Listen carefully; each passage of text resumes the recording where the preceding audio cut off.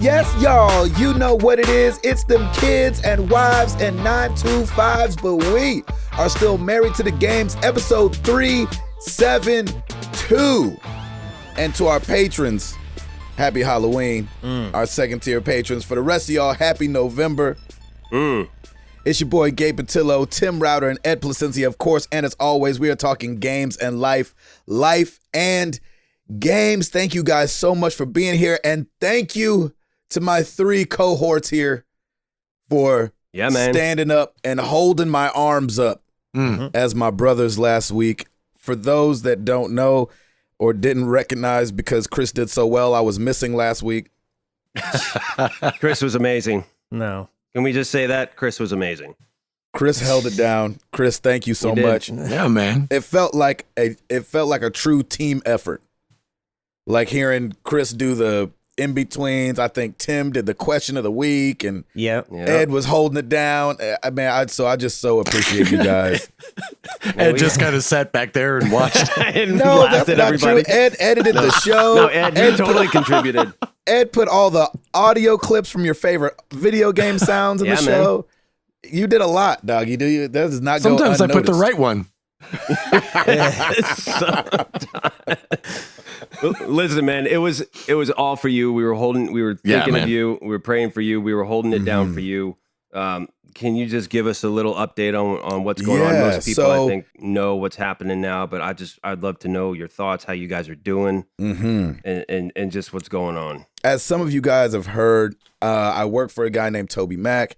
Those that listen to the show for a long time know that. We were in the middle of doing our Canadian tour, and last Wednesday, the night we were supposed to record, that morning we actually got word that Toby's oldest, Truett, had passed away.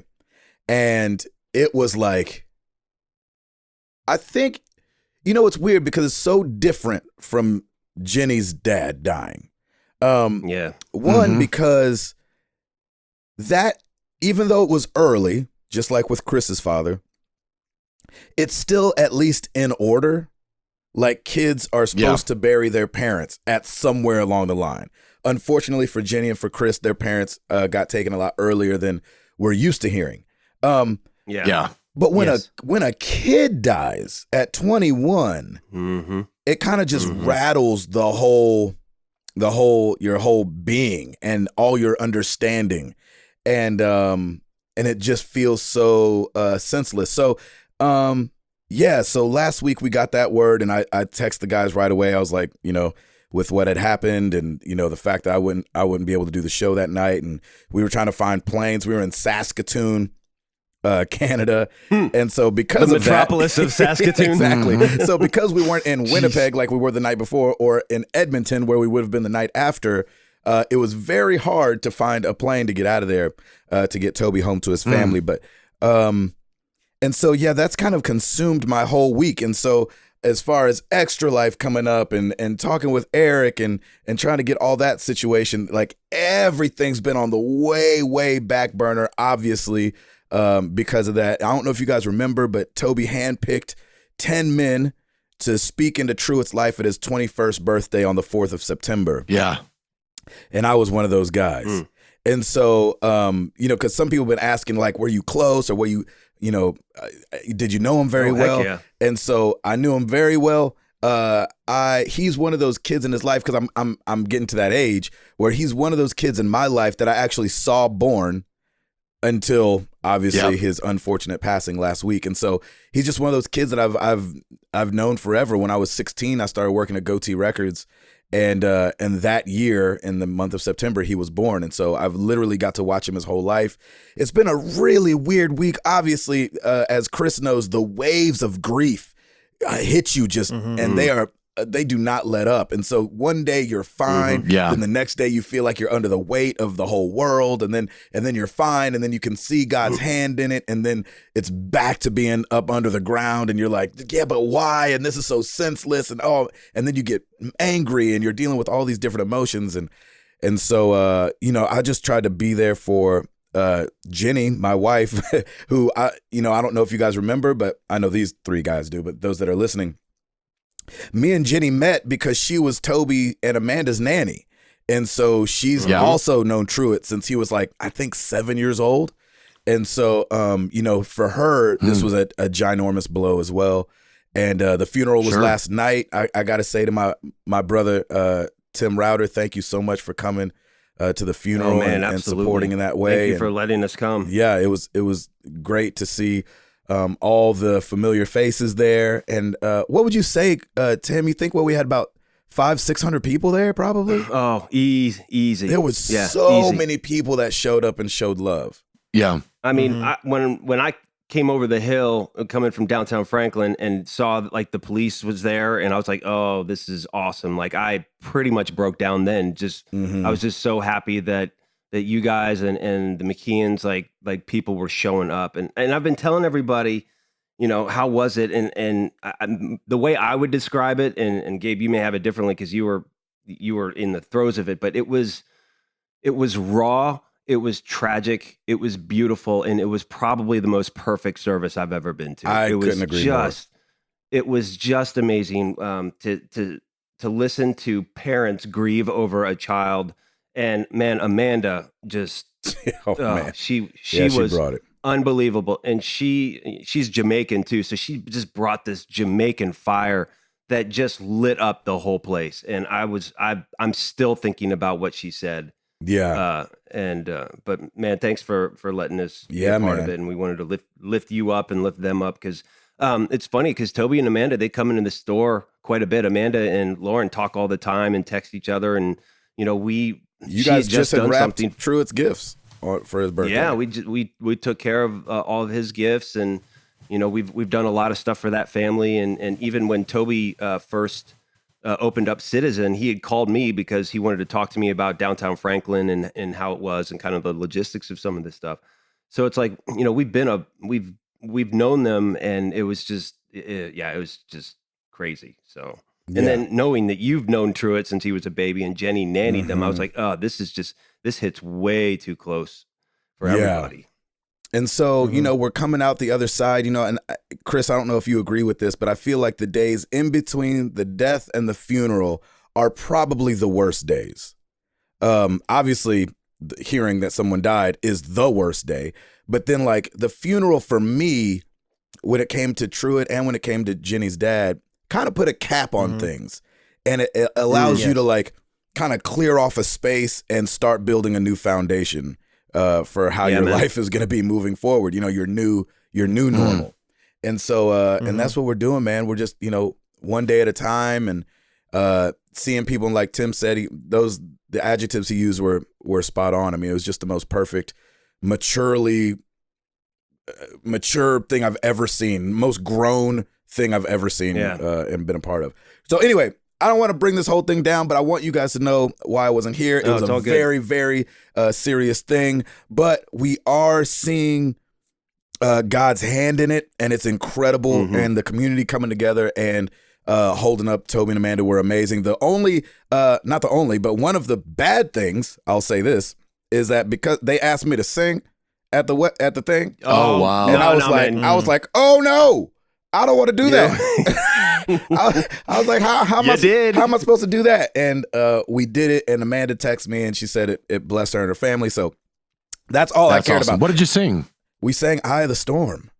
Of course you did, man. Dude, that's awesome. Listen, oh, wow. You are That's downplaying this too much. I know that it was an emotional day. There was a lot of things going on, but you absolutely tore it up. Well, you and Ryan were both just awesome. I'll tell you what. It was perfect, man. My prayer was that I didn't want to sound good for me, but I wanted to sound good for Amanda. Right. You know what I mean? Like, she had sat me down the night before. She was like, "Can you make it through this song? Because if you're half crying and can't deliver it like you usually do, I don't want you to do it." And I was like, see, that's why I love her. Snap. I love her. See, it's a Jamaican fire, man. I love that. I love That's that about amazing. her. She does the same thing in the store too. She's like, no, I don't want to do this. Let's do this. Exactly. She's perfect, and Lauren and her just feed off one another. It's so much fun watching the two of them go. But dude, listen, I mean, I was watching them as you were singing, and she had her hands up, and you were all over that, and you were blessing them, and that's all that mattered. Right. And I was choking up during the song too. It's such a powerful song for such a powerful time, and it man, you did it right, man. So kudos to you. We were trying. And so I didn't get to see Sean Capri in Edmonton. We're going to come back, baby. Sean, I'm sorry. We're going to come back. We've canceled actually our fall tour. So I won't see Mr. Ed coming up soon, but we're making it up. So we'll come back around.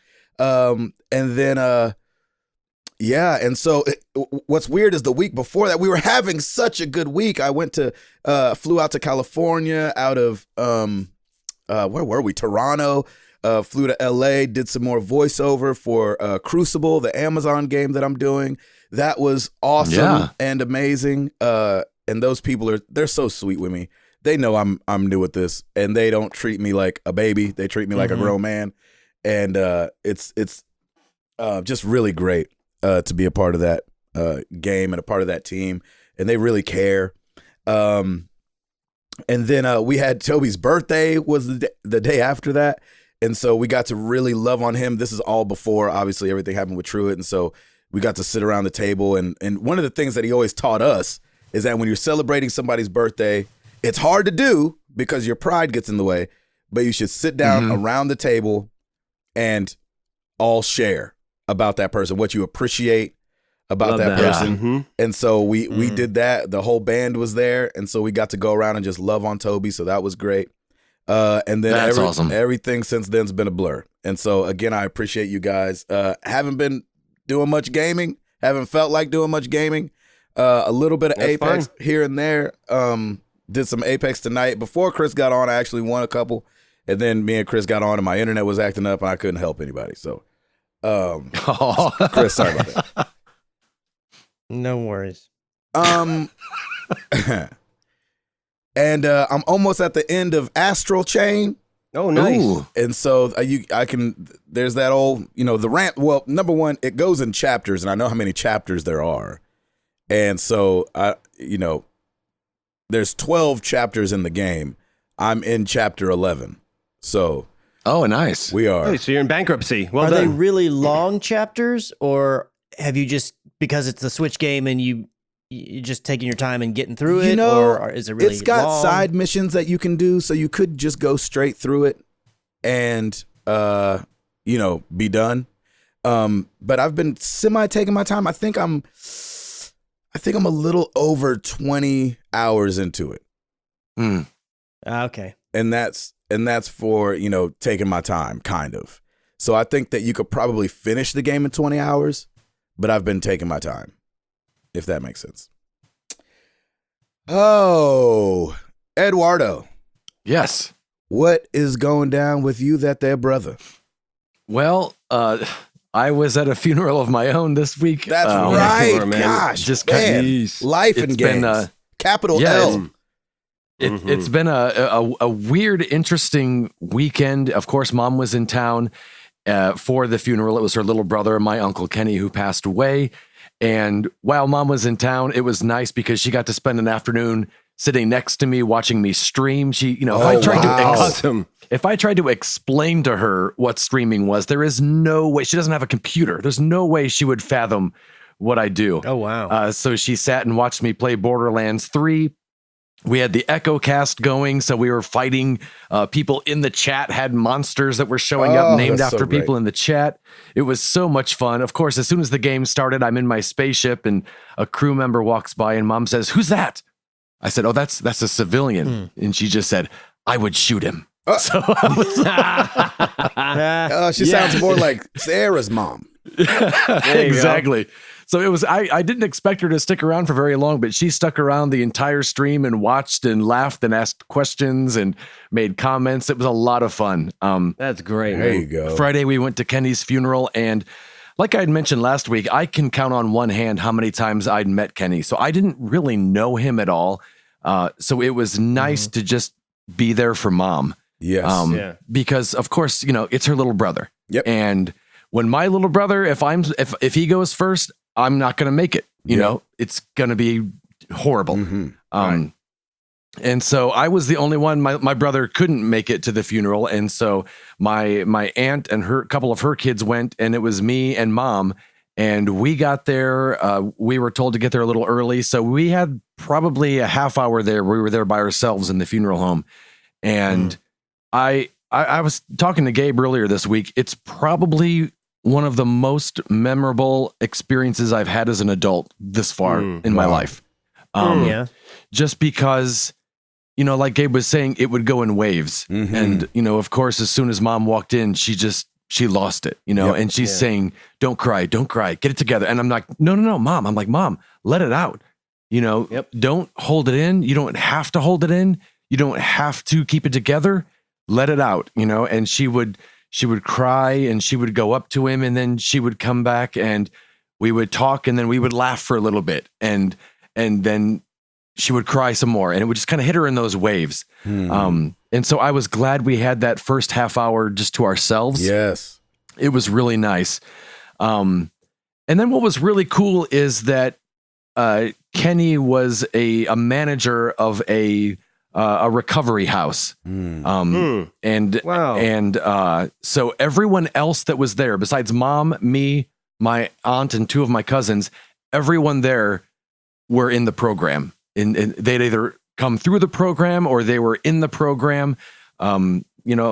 Kenny's sponsor, the guy that got him sober 21 years ago, he spoke at the funeral. Yeah. And then that's amazing. A guy that Kenny sponsored spoke at the funeral. And it was just incredible to hear all of these stories about a guy I didn't know. Right. And just hear them come up to me and say, God used him to save my life over and over and over again. And I learned so much about him that night from these people who started off as total strangers. And by the end of the night, I felt like we were family.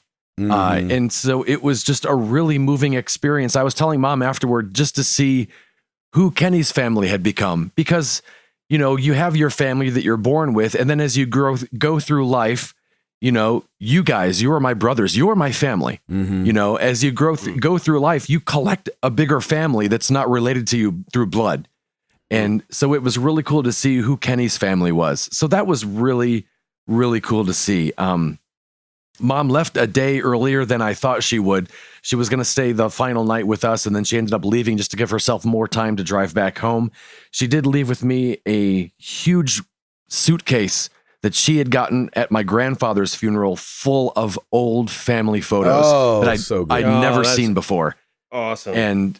And my grandfather was a photographer, and just these really, really cool photos from World War II, and just these amazing, amazing photos. We've been going through those, and it's been really, really cool to see. So it's been a really nice week of reflection, and it's been really, really cool. Gaming wise, of course, Sarah and I are going through Borderlands. We're starting all over again from the beginning. Oh my gosh, you guys are crazy kids. I love this. Yeah, we're doing like a new game plus, basically. And so that's been fun. Still playing the Overwatch Halloween event.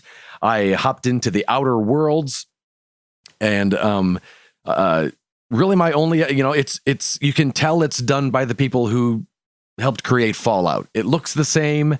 It's got a very similar play style. So far, I'm loving this game. I am really enjoying it.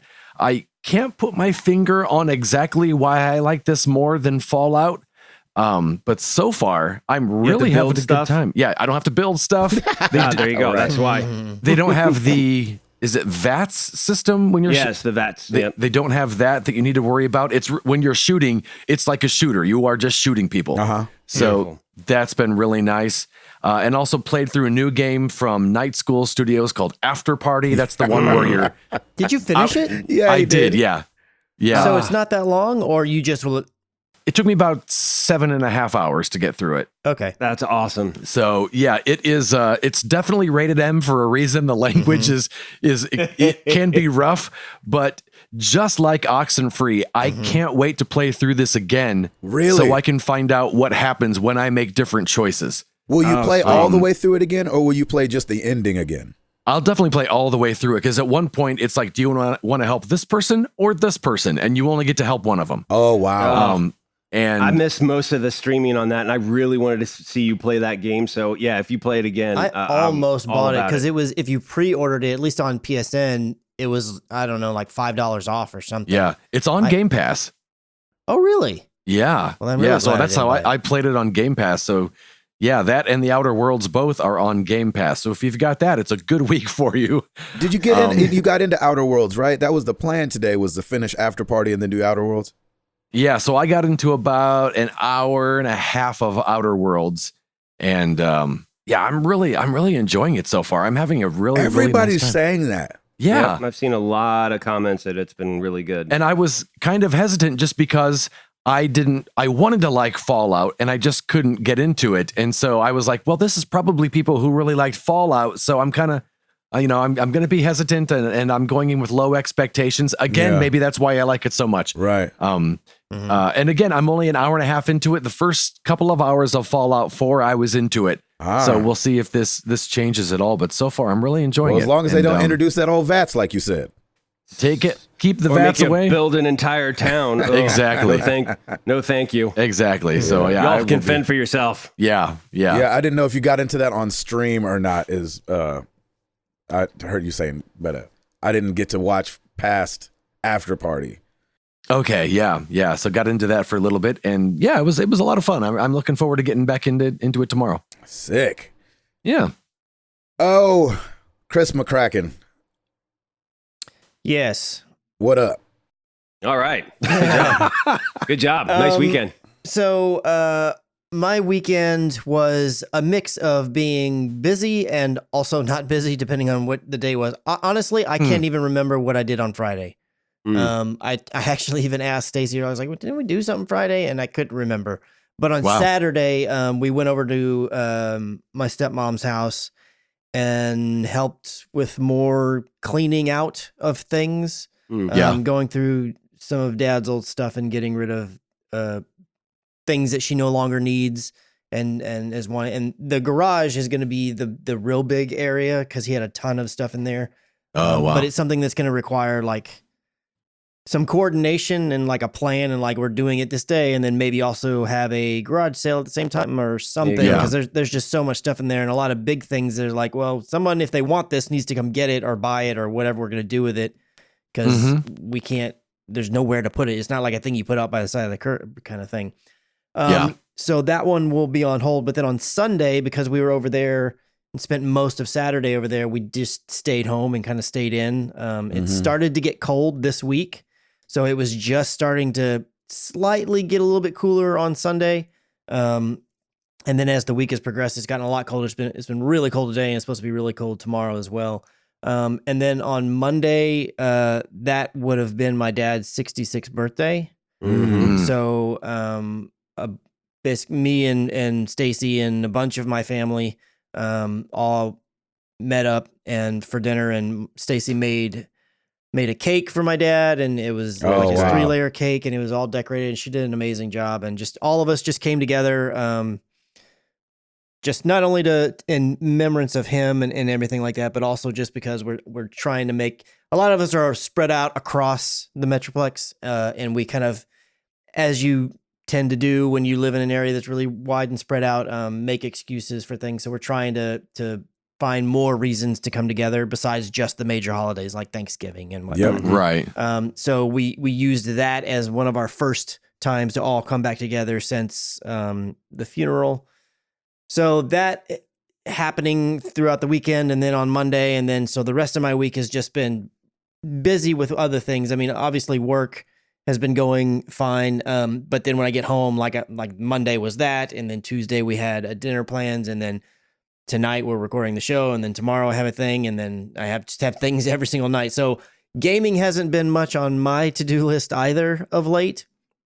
I did get in a little bit of Apex, like Gabe had alluded to. You can call me Kale if you want. I almost did, yeah. I've gotten the first 3 of my 9 wins I need to get for my Sombra skin. That is the last one of the Overwatch Halloween event. So just got to make sure that I'm getting that going. I did download Outer Worlds, haven't jumped in yet. I did not know After Party was part of it, so I will be downloading that and hopefully jump in to it at some point. And I did pick up Call of Duty. Nice. You did pick it up. I did, but I have not, just because of, just the time and stuff going on, I have not jumped in the campaign because I don't want to do the campaign for like 20 minutes. Right. I want to be able to have like a good solid hour or more to start making my way through it. So I did jump in and dabble a little bit with the multiplayer, but I think I maybe made it to level 4. I played about as much multiplayer as I did in the beta. And it doesn't, at the moment, it doesn't necessarily feel any different to me. So I don't have much to report on that other than I enjoyed the beta for the most part, and I seem to enjoy this. I would like to, there's a couple game modes that I would really like to jump into. I think the 2v2 one, I think is called Gunfight. Yeah, I hear that's really dope. That one was a lot of fun. And then there's other game mode where it's no respawns, and you can be revived.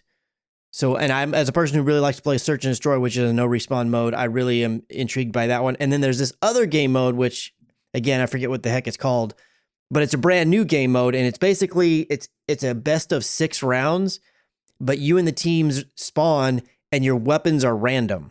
Like it randomly picks your weapons, and then you cannot be, it's also a no respawn. So when you die, you're out until that round ends and one of the team wins. And I think every other round, it switches your weapons yet again, something like that.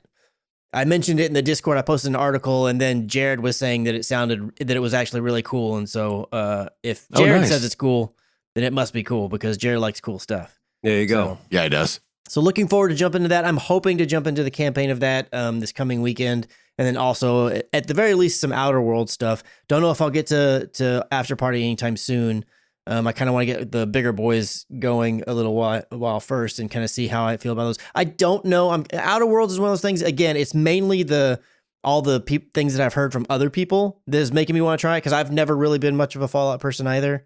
And, they made Fallout New Vegas, which is a lot of people's favorite Fallout. So everybody's really, really like, oh my gosh, this is a really good one. It's just as good as that one.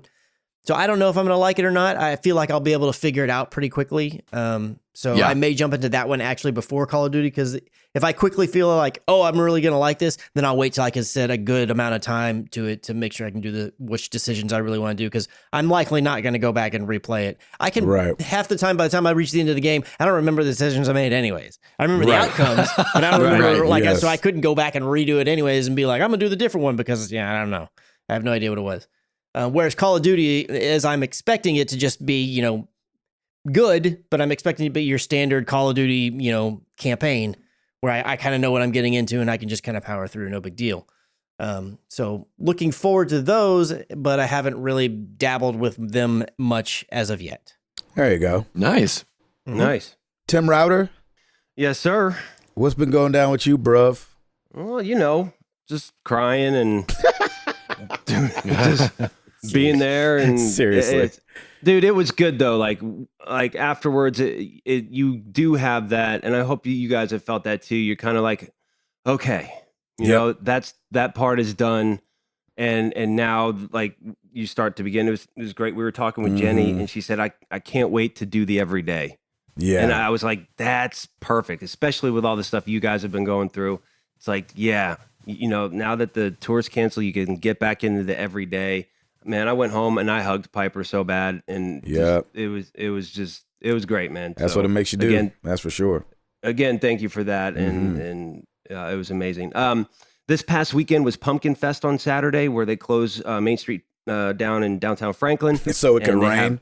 Exactly, and they had trick-or-treaters and all kinds of stuff, and then they had to shut it down at 3 because we had bad weather coming in. So we didn't even, we put our tent up in the front of the store, but Lauren didn't even bother putting anything in it, and she just said, she had a little easel, it said, hey, the party's inside, and she did this great little Instagram wall with all these Halloween balloons and spiders and ghosts and stuff, and so people were coming in, and it was a good time.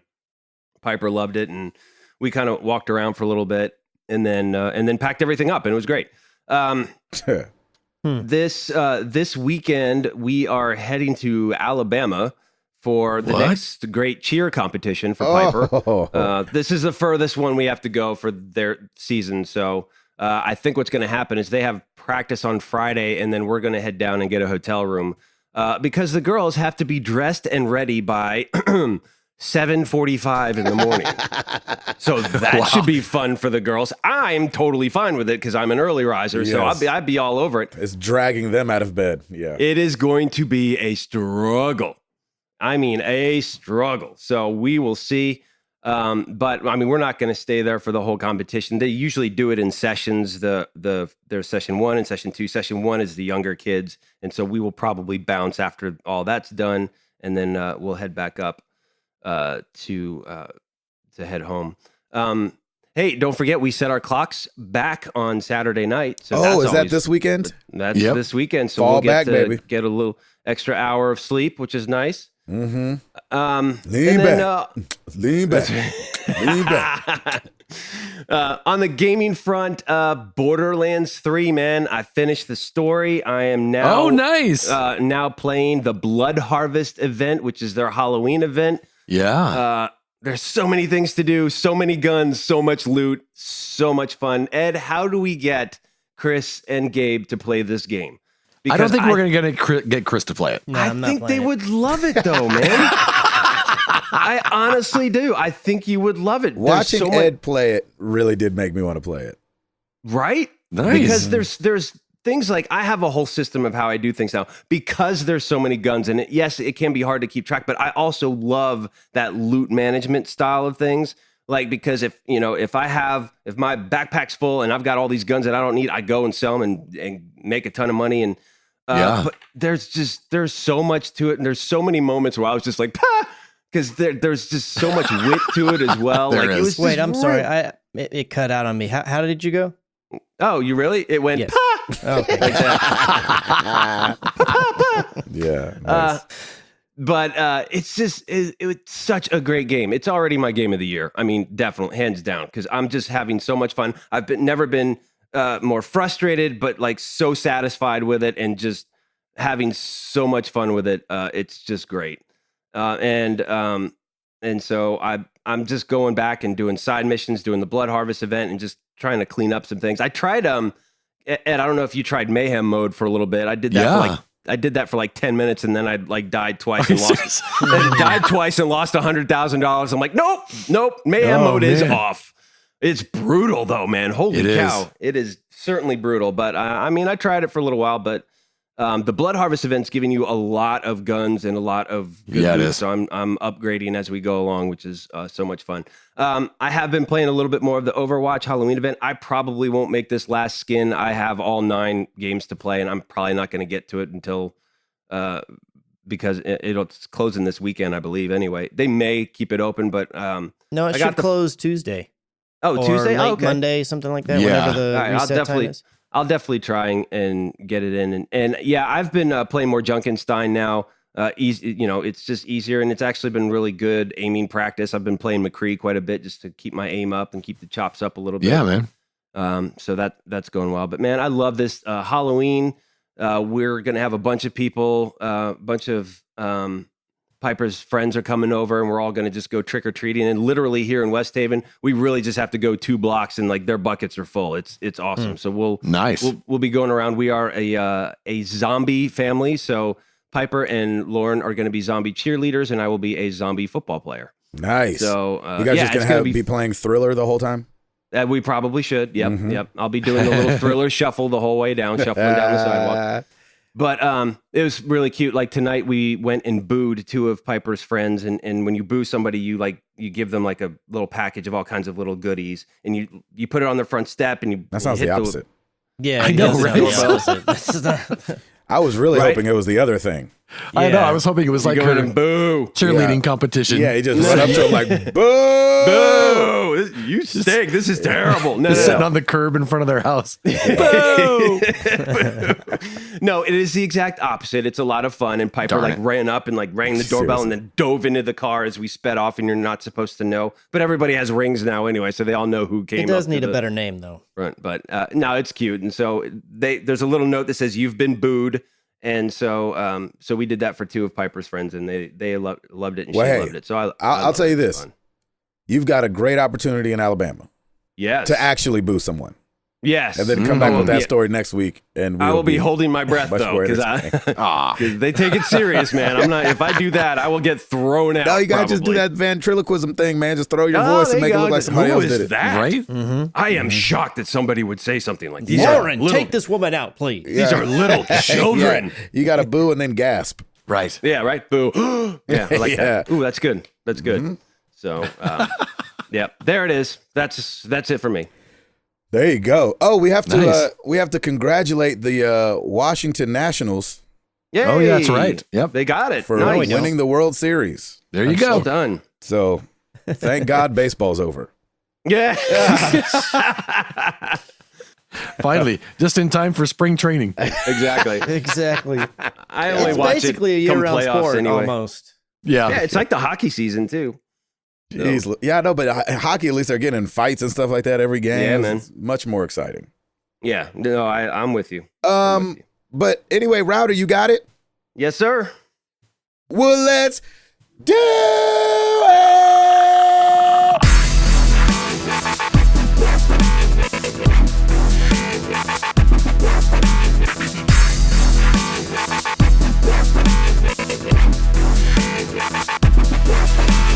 All right, new releases this week. We got quite a few on the Switch coming out. Door Kickers Action Squad.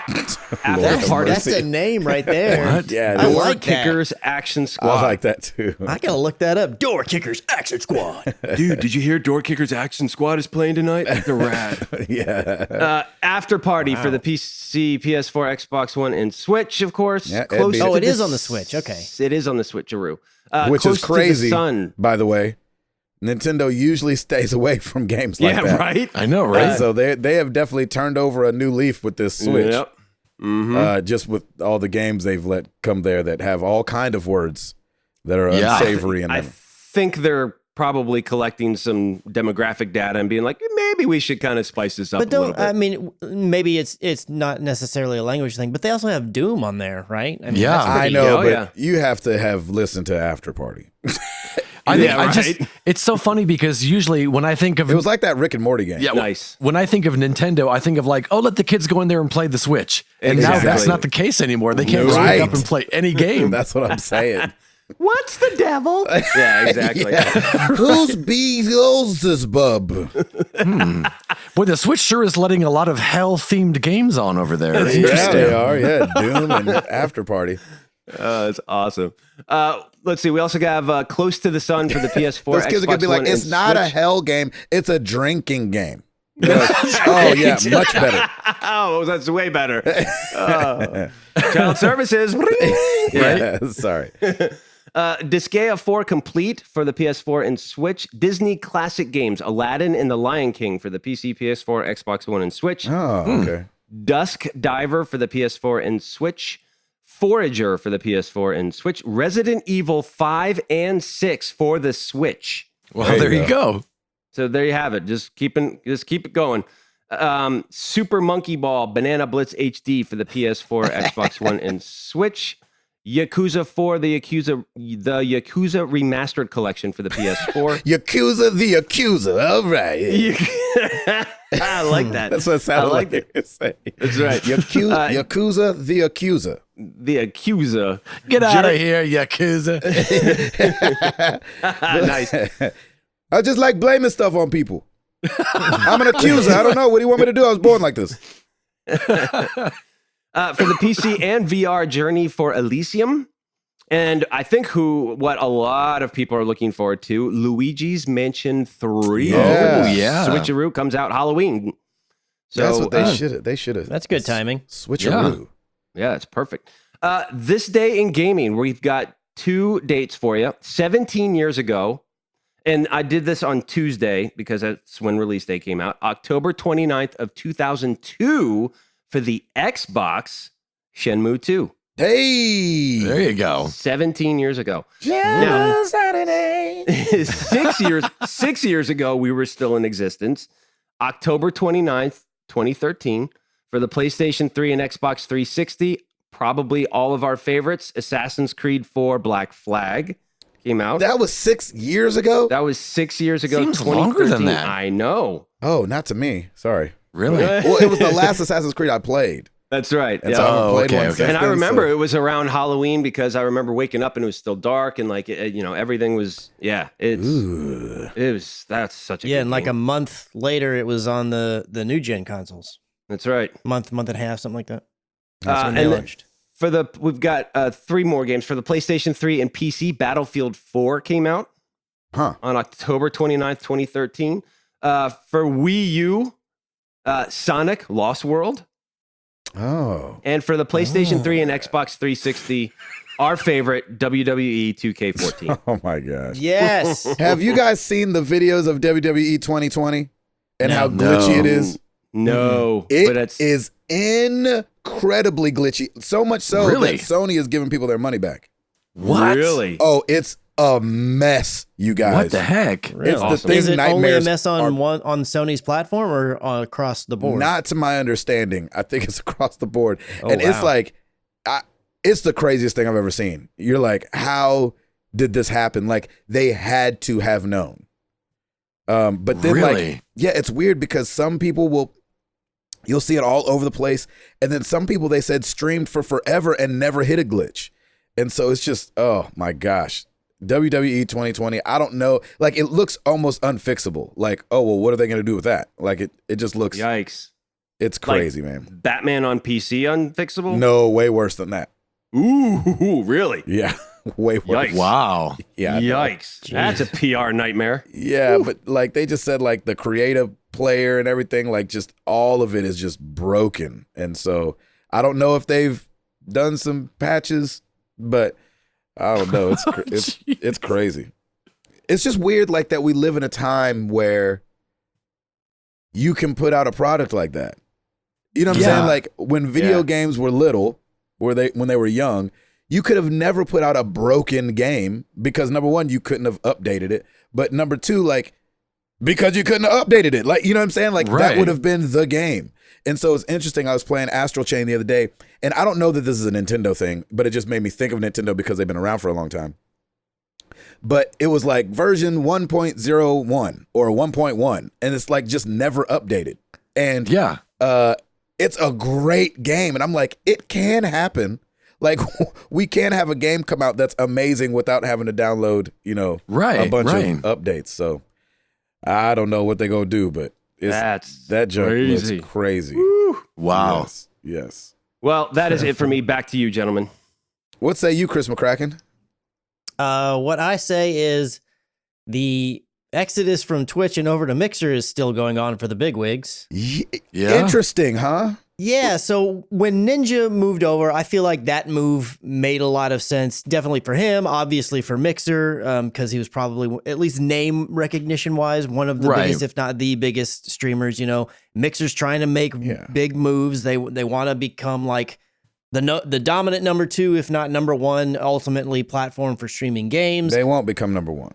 Yeah, but I mean, I'm sure they'd be even happy with being number two. I mean, at the moment, I think the number two is YouTube behind Twitch. Mm-hmm. So they're wheeling and dealing, and they nabbed Shroud, who has gone back and forth at being the top for the last couple of years. I don't know where he was around this time. Yeah, he's hit number one, at least in terms of when you look at the rankings in terms of subscriber base and all that. Is he just not as handsome as Ninja? I have no comment on that area. I just don't really know. I hadn't paid that much attention, honestly. Well, you just wonder why Ninja would get all the love if Shroud is Ninja's number one. Numbers had been dipping over the last couple of years.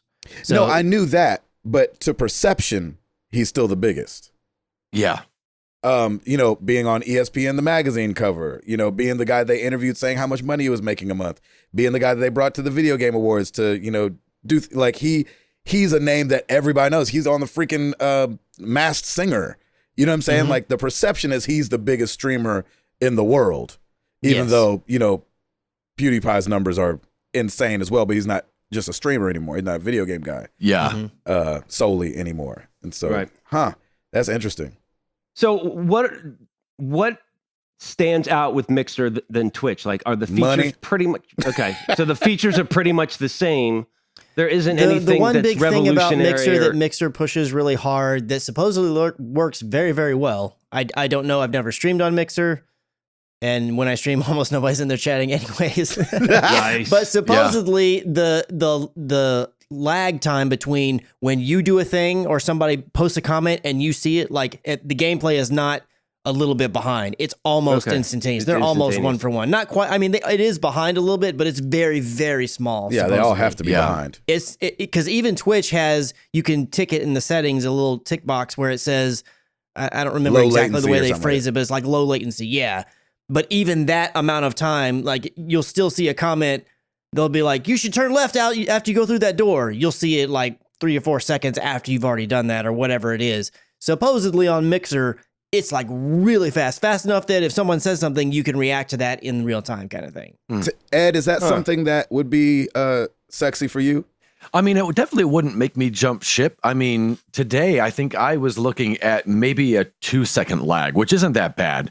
Oh, that's nothing. Yeah. So it's just, I don't know. I just feel like Microsoft is really good at like bandwagon jumping because Twitch was already big, YouTube was big. Then they came out with Mixer, and it's kind of the same thing with, you know, hey, you guys don't Google it, Bing it.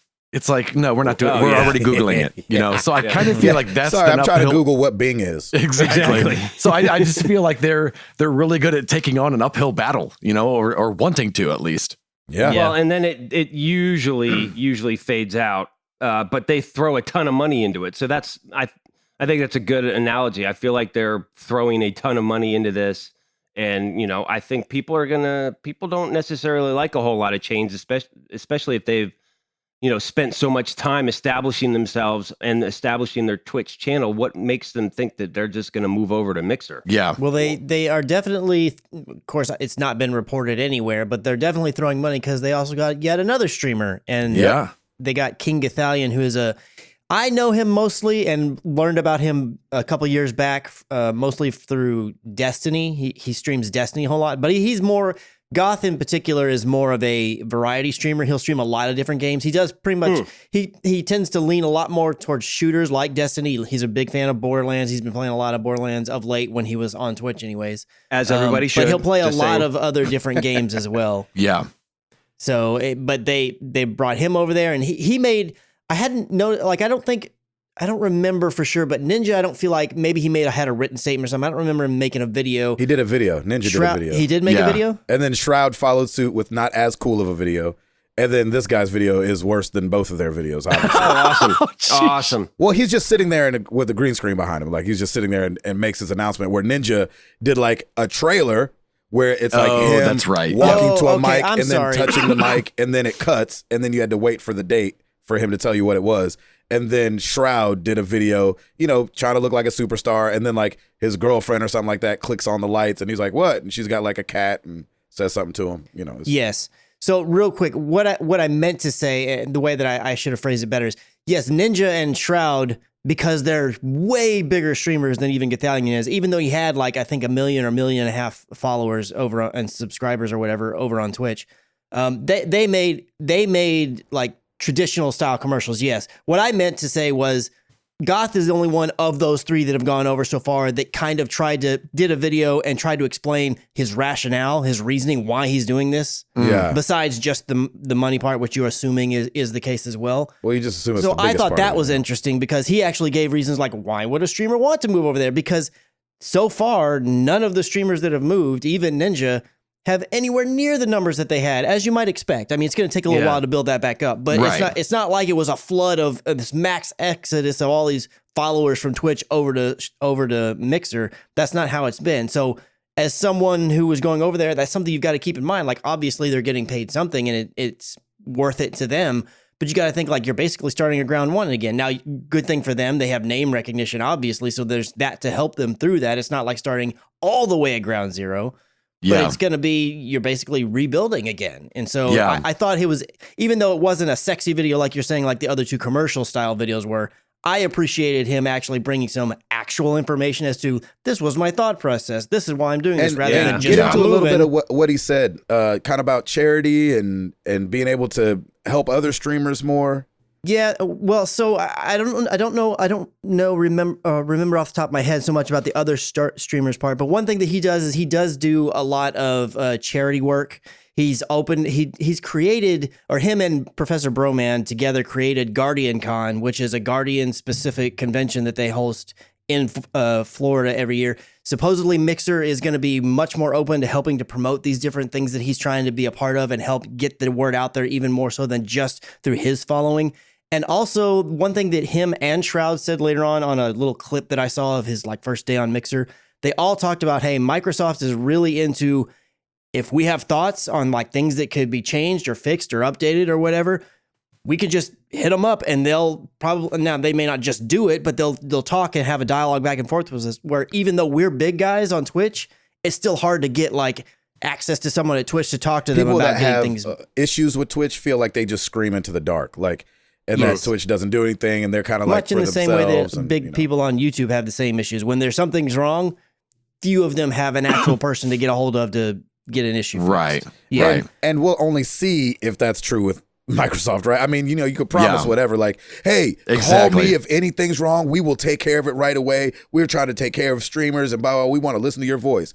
It's like, cool. Can you not do this? And they're like, okay, see, well, the thing is about that particular thing is that, you know. Yeah. So we'll definitely see how much so with these, wagging the with dog these guys they'll be able to do. Making the switch, does that mean that they probably can't, under their contract, they can't stream on Twitch anymore? So their channel is essentially dead? Is that the deal? Well, they used ninjas to promote all kind of other channels when he left. True. And he got all mad about it because some of them were little Sam going on now. Right. But, you know, I don't know if they did the same thing for Shroud or if they learned their lesson or what. I'm not sure what happens exactly, because they can still earn revenue off of the video on demand stuff from past streams and things, as I understand it, which is that makes sense. I don't think that Twitch will go in and shut it down, but you obviously, as the person who left and went to Mixer, have the option to completely delete your channel if you want. But I'm sure that's part of the reason why they haven't, if they haven't. I know Ninja hadn't at that point in time. I don't know if he did now. Yeah. And I haven't been to Goth's channel or Shroud's channel to see if they did or didn't. I was under the impression that it wasn't that they hacked his account, because you could still have your account. I thought he did deactivate it. That's why they were able to then create a, you know, Twitch/Ninja.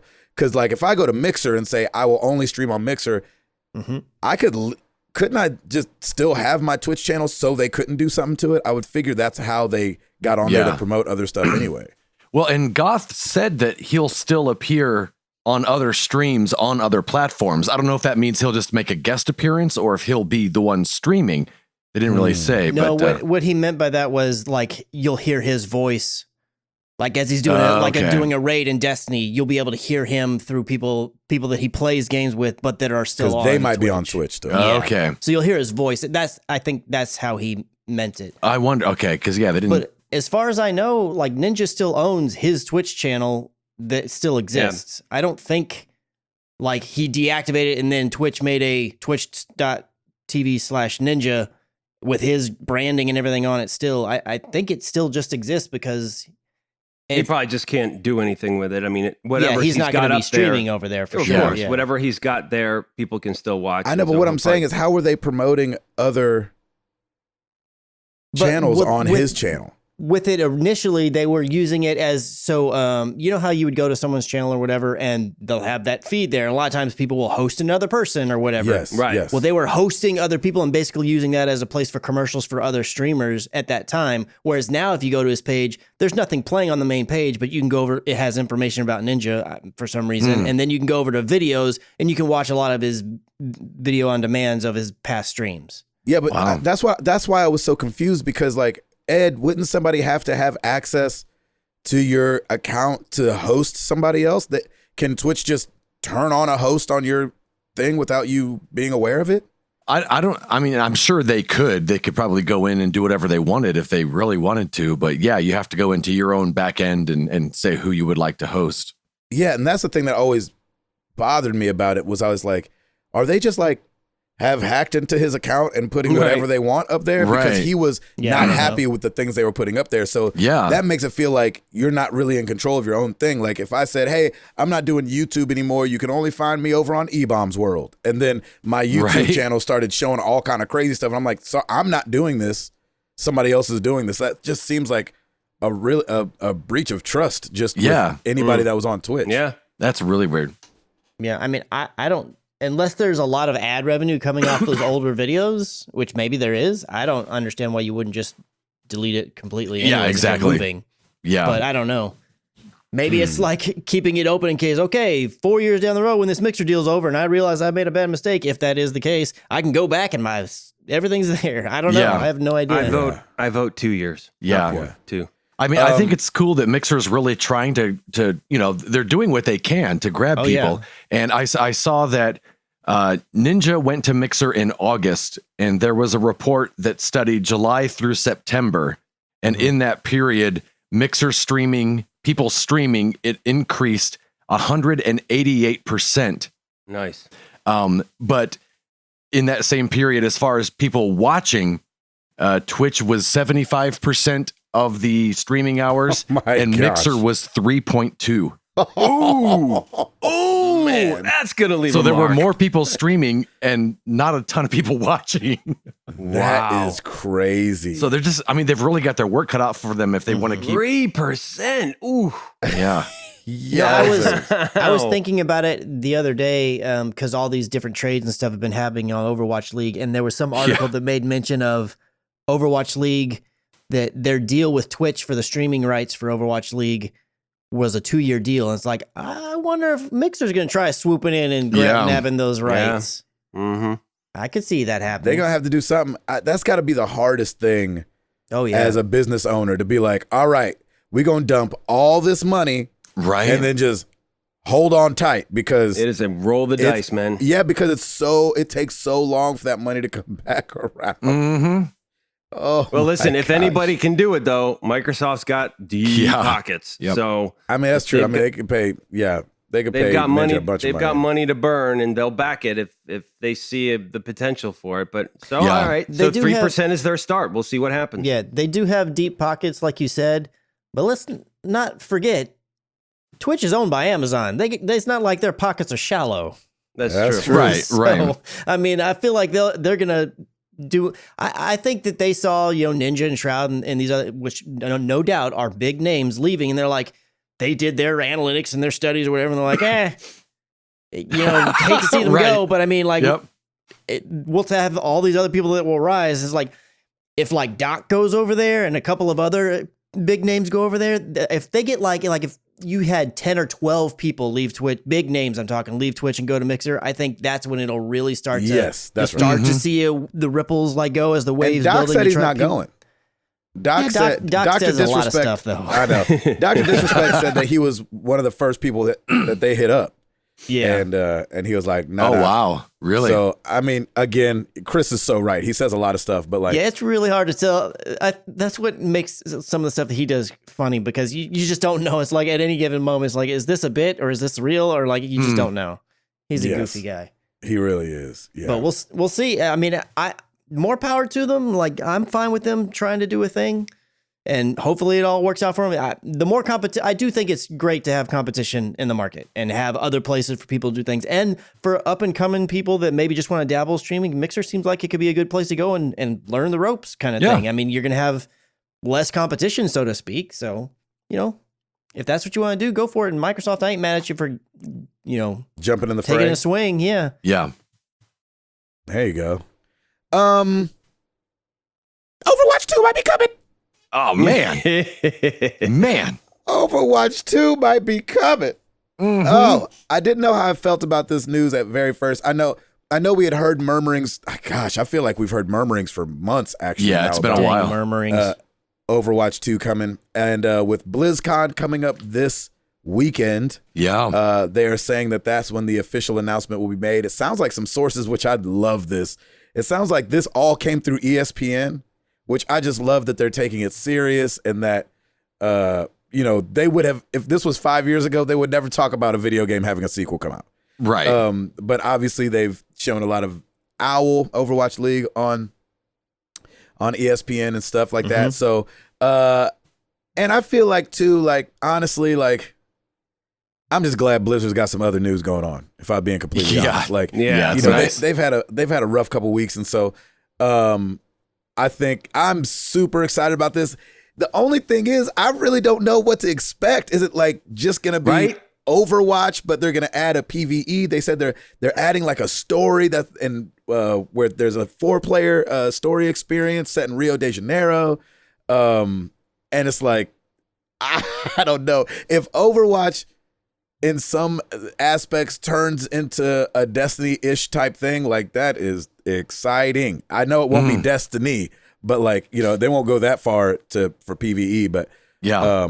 I just love the us versus them thing and playing as a team. Yeah. Yeah.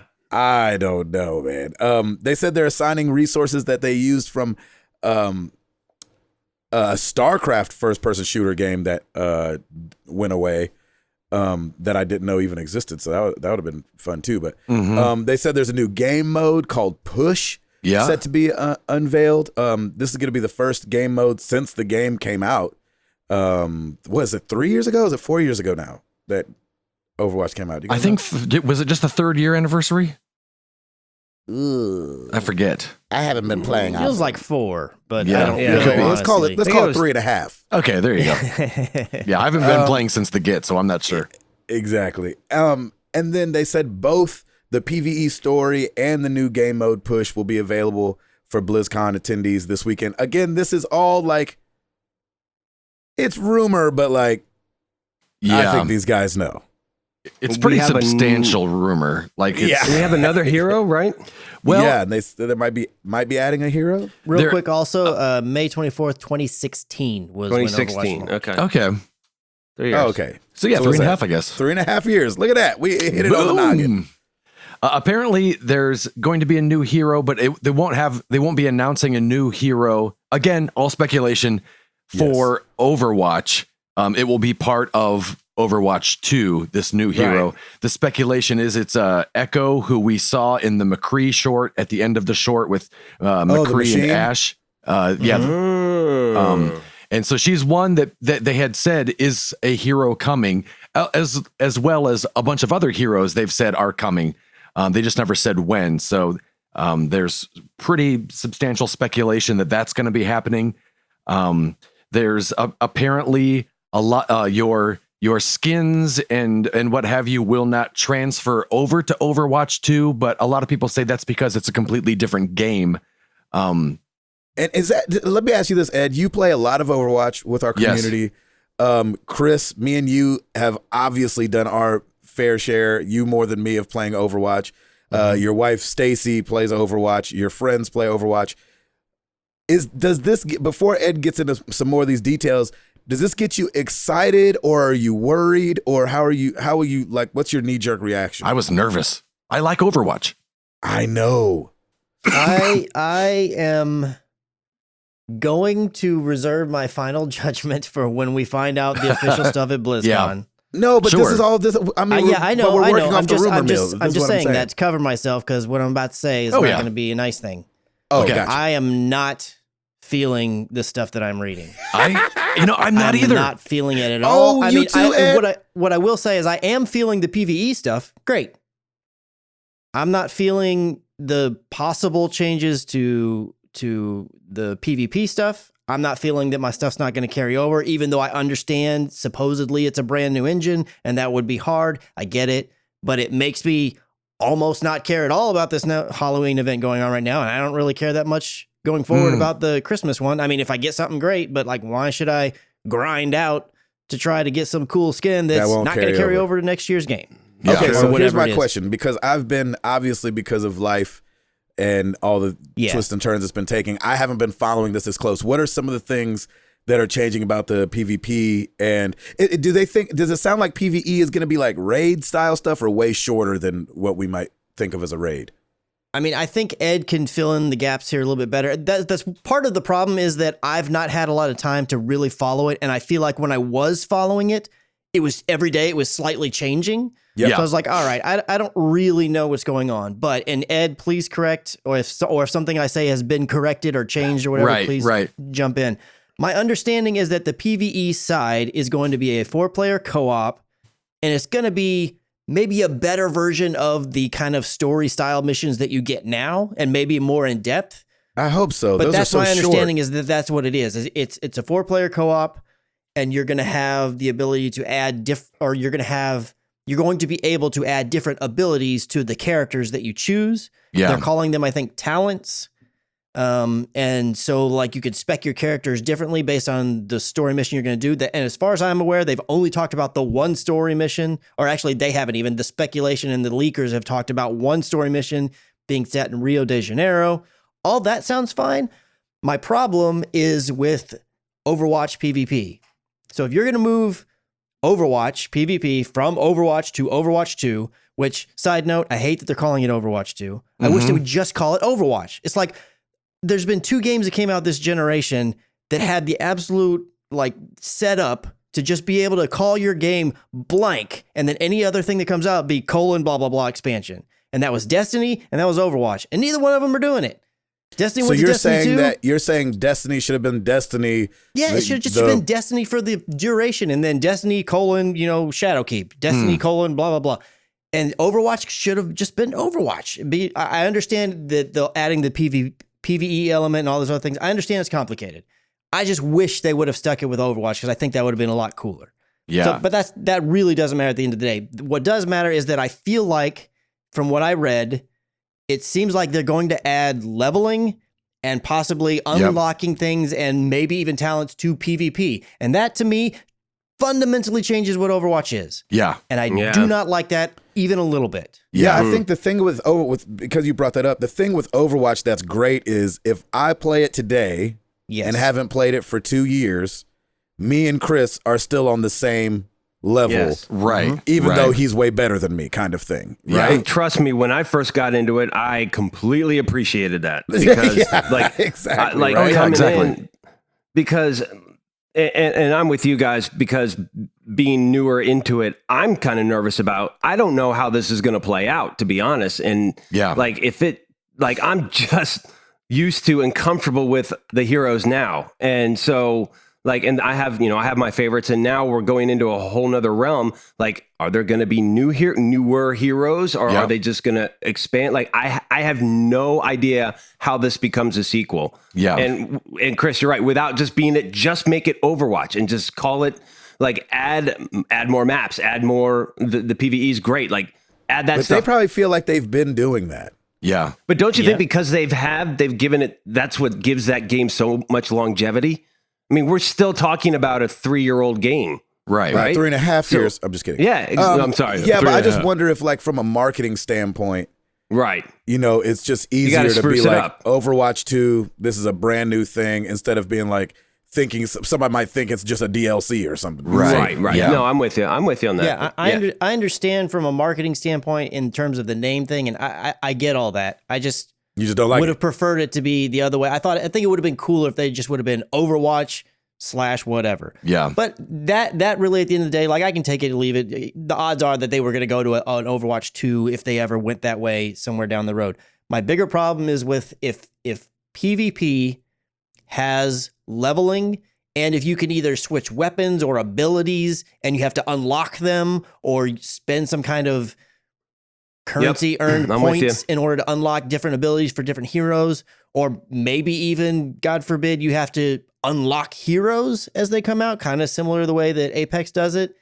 To me, that changes what Overwatch is. The beauty of Overwatch is that it is a hero shooter that is very team-based, because most shooters these days are not team-based, but it is very team-based, and it is very simple, yet when you really pay attention to it and get into it, it is deceptively deep. Yeah. But you can do anything. Like, when I jump into a team, if I'm playing with my friends, if I'm playing with randoms, I can pick a character from a different role type and I can get somebody and I can fit in. If I'm having to grind to unlock abilities for 32 characters, right? Nah, I'm not doing that. I think not. It may, and again, I'm speculating, it may be a case where it's like a lot of the, like, Heroes of the Storm, I think, was like this. Mm-hmm. Where in the game, in one match, you can level up. When you reach a certain point, you unlock an ability. Yeah. I like that better. It may be something like that. May be. I saw a skill tree for Tracer where, like, when she sticks her pulse bomb, it hits it hits everyone. When she zips backward, the people that are near her, when she returns, there's like a shock wave and it hurts at another level. So I'm thinking it might be. I like the leveling in the match. Yeah, that would be cool. I'm down for that in the Chris. match. I don't want to level outside of it, though. I mean, unless it's done like, and it's such a different game, though, because, Call of Duty is level based. And so, I can have a whole bunch of weapons that somebody who just started out doesn't have, but somehow it's done in a way to where I don't feel like I don't feel like they got one over on me. It's just like, okay, I just got to grind a little bit so I can get this gun that I like. It doesn't feel, but if you level up like you're talking about, where you have totally different, it's just a comparison of the first one. And maybe the leveling up will only be in the PvE and not the PvP. Yeah. And if that's the case, then I'm fine with that. Yeah. Yeah. I want longer things than Junkenstein's Revenge and, some of those ones. Those just feel like, what are those, like 15 minutes max kind of things? I don't know. I think I want something a little longer. I don't know. Well, and there's a guy named Metro. He goes by Metro_OW on Twitter. And young Metro, don't trust him, mama shoot you. Back on the 17th, the 18th of October, that's when he started leaking stuff. Yep. And he's the same guy who last year, right before BlizzCon, said the new character is Ash.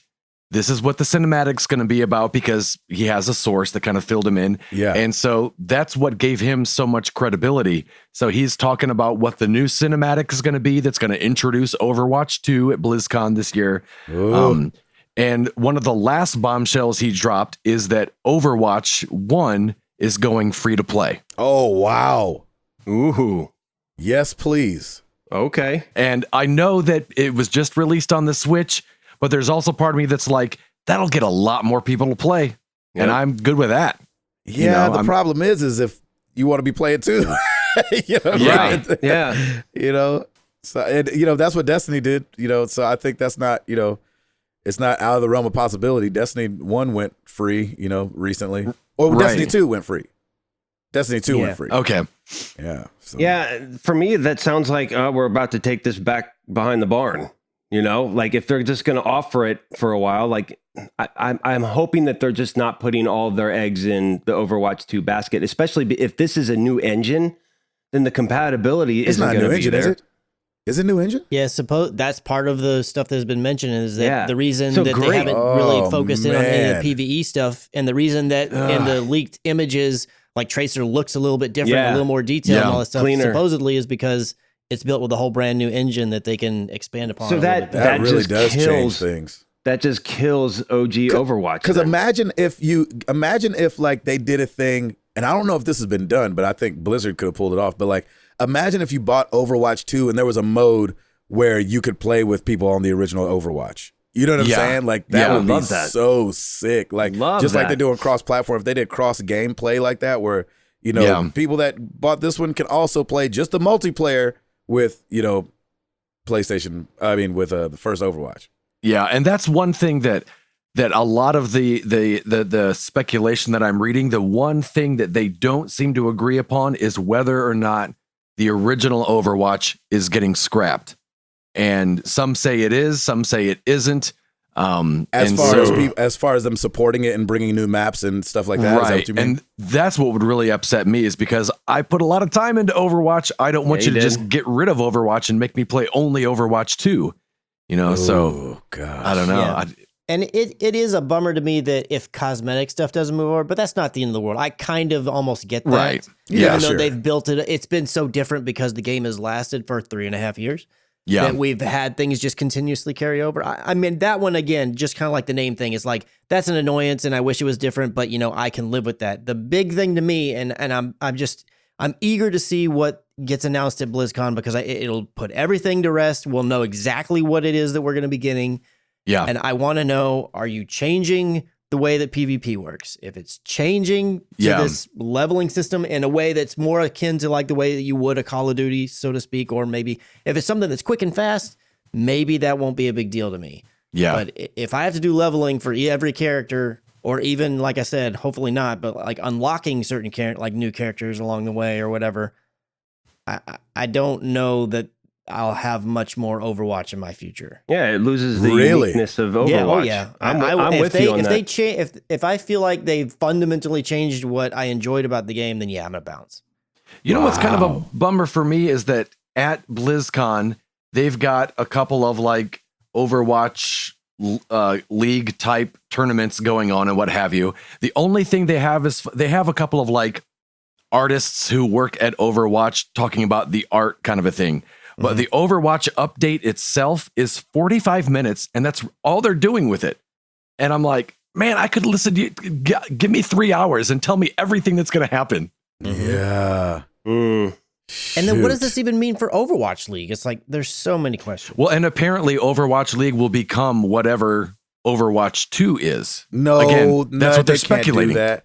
That's what they're saying. Wait, what do you mean? What do you mean? Explain. They'll use Overwatch 2. They won't use Overwatch 1. Yeah, it won't be what Overwatch League is now. It'll be whatever the new game is. I mean, marketing, that makes sense, but that just seems like a terrible idea. I know. So you just mean Overwatch League will be played on Overwatch 2 is what you're saying? Yes. Right? Yeah. Well, that would have to happen because there's that from a marketing and just from the fact that you're putting this whole new product out, that would make sense. Then when does the next season start?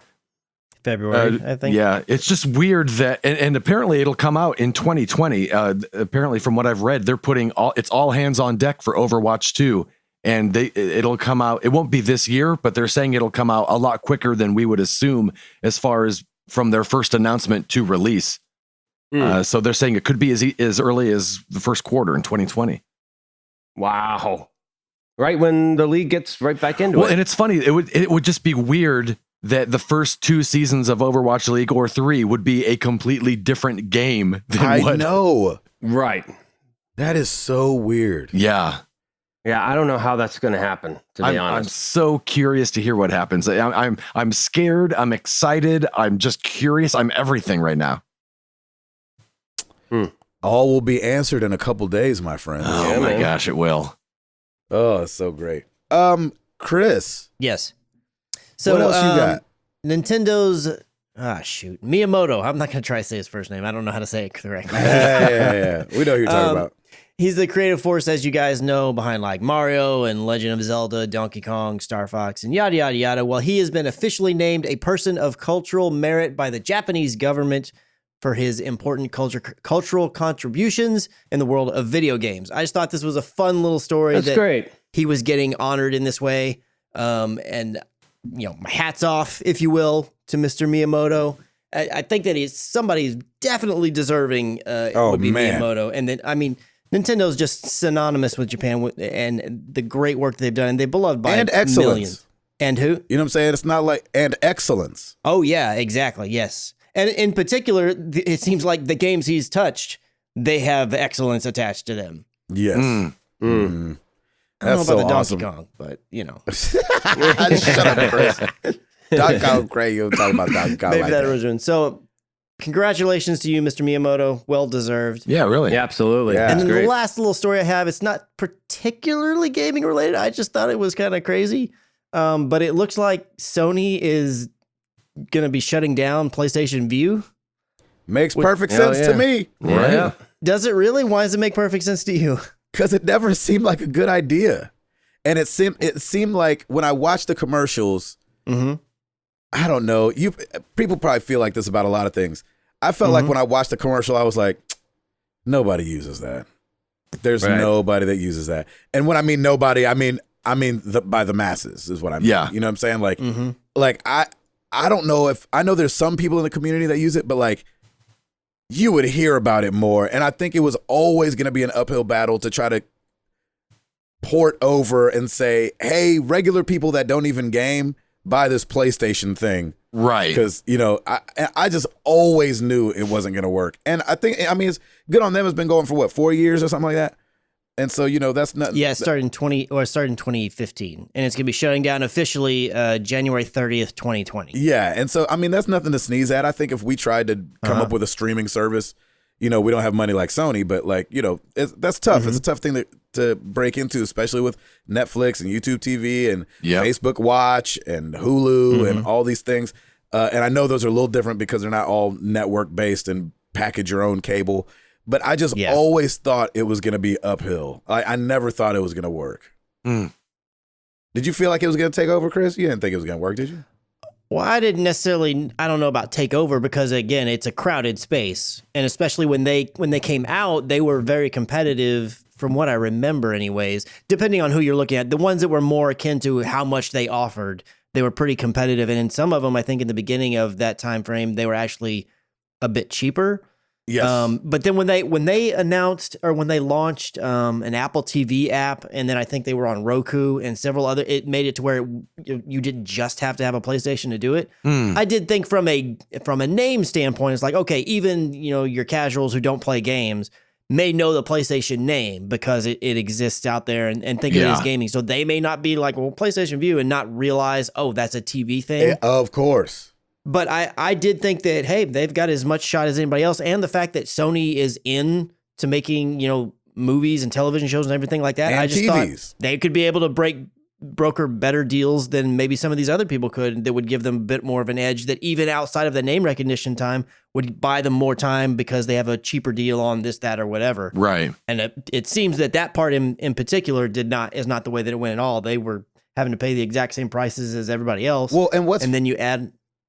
And I was just gonna say, what's funny is I think the name recognition is actually what hurt them. Like I wish because Sony, people know PlayStation as a game thing. Yeah, and so if Sony just as a company just came out with just something else, Sony View, you know what I'm saying, that's built into every Sony television, that blah blah blah blah blah.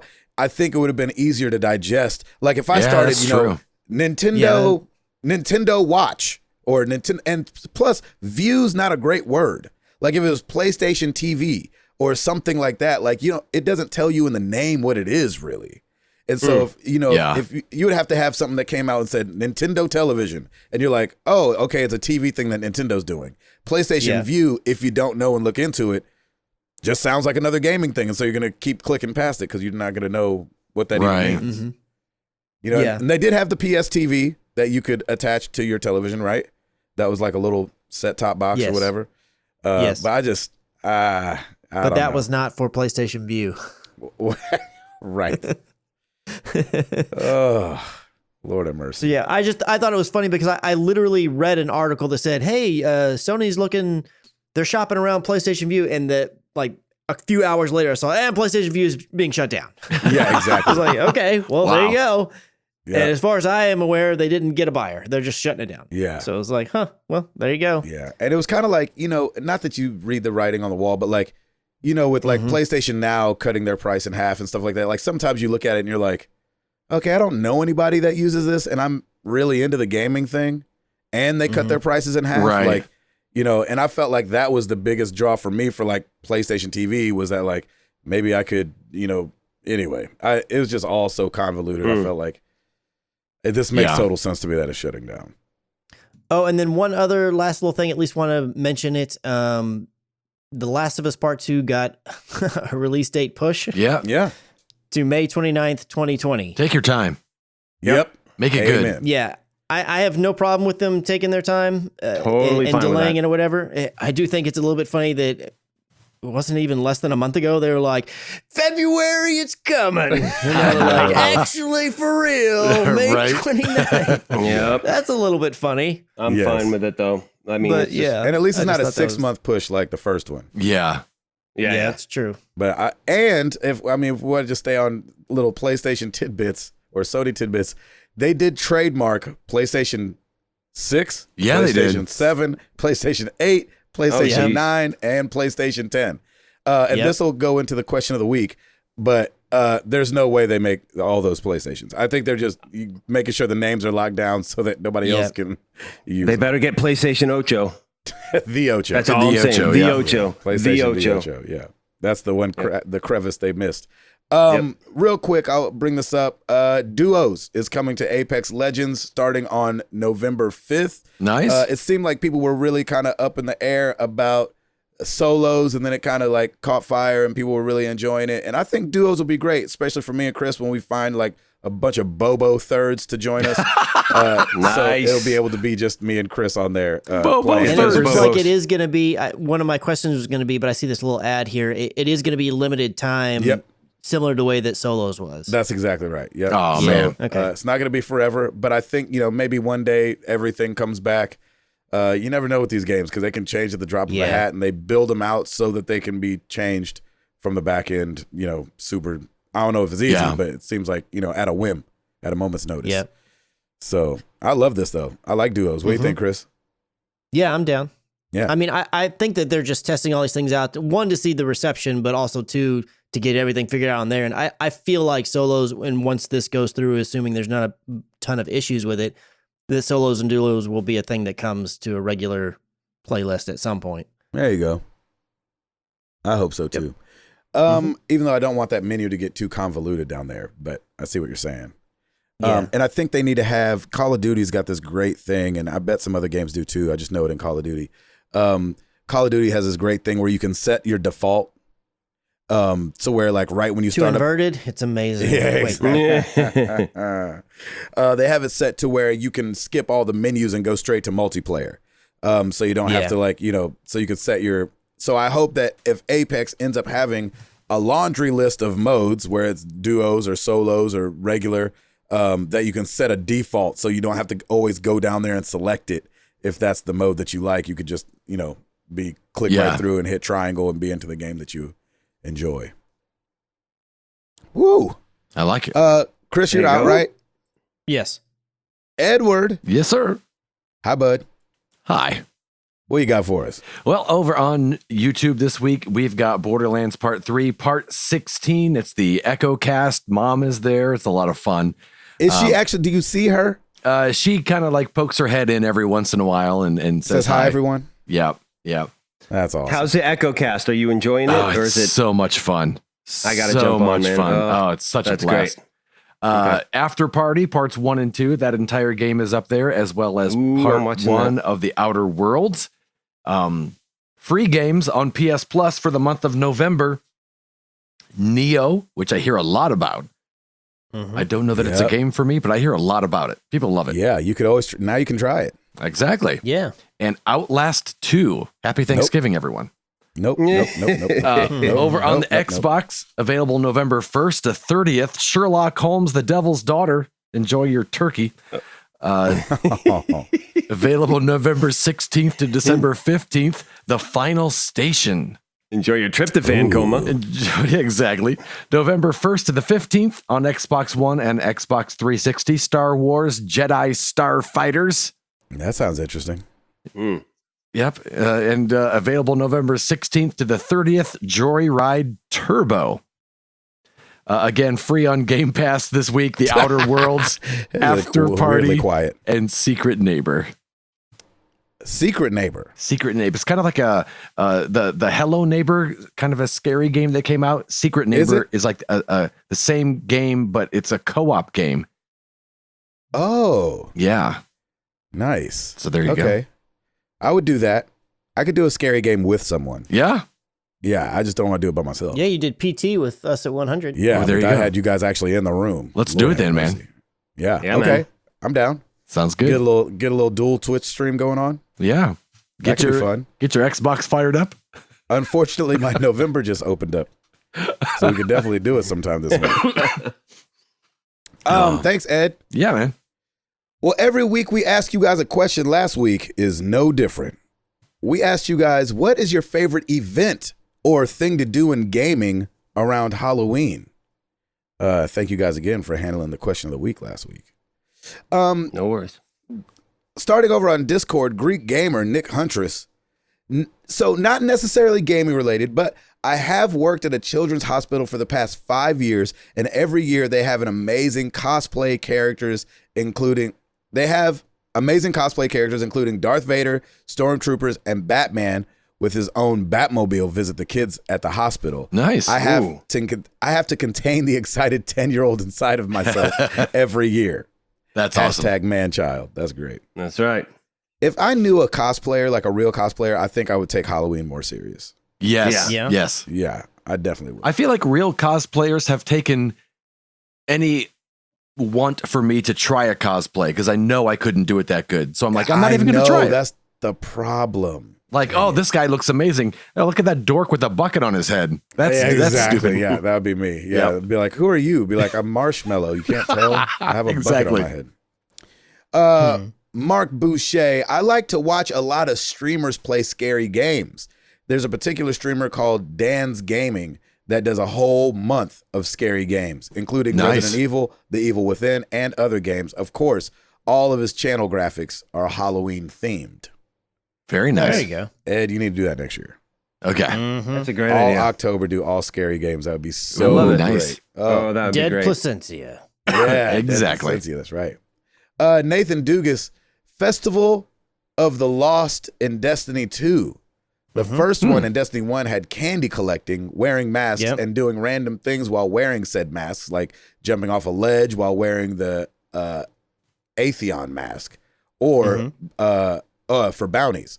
The second one over monetized stuff and got rid of the fun aspect. But in Destiny 2 last year, we got a new and different activity with loot to chase that was fun in its own right. This year, they are basically combining the first one's activities and last year's activities, making it hopefully the best one we've had yet.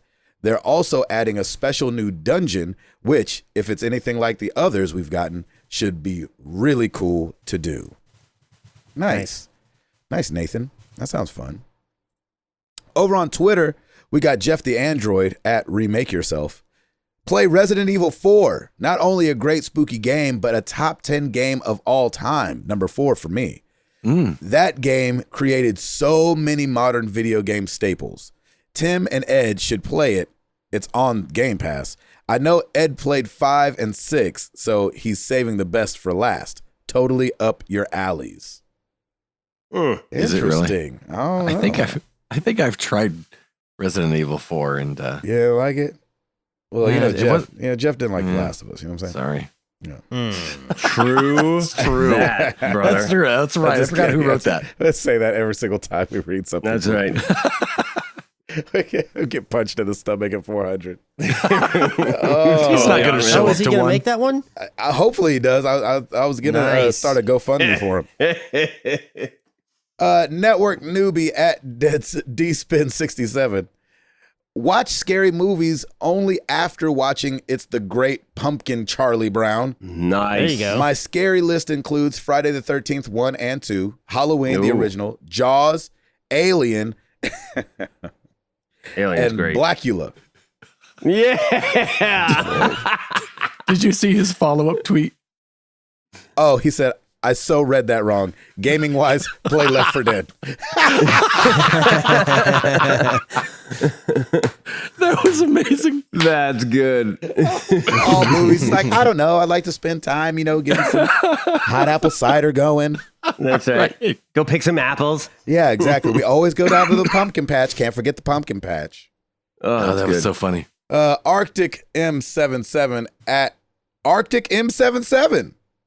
He changed his name. He's no longer at Arctic Warlocks. What? Man. Mr. Warlocks, why are you so ashamed?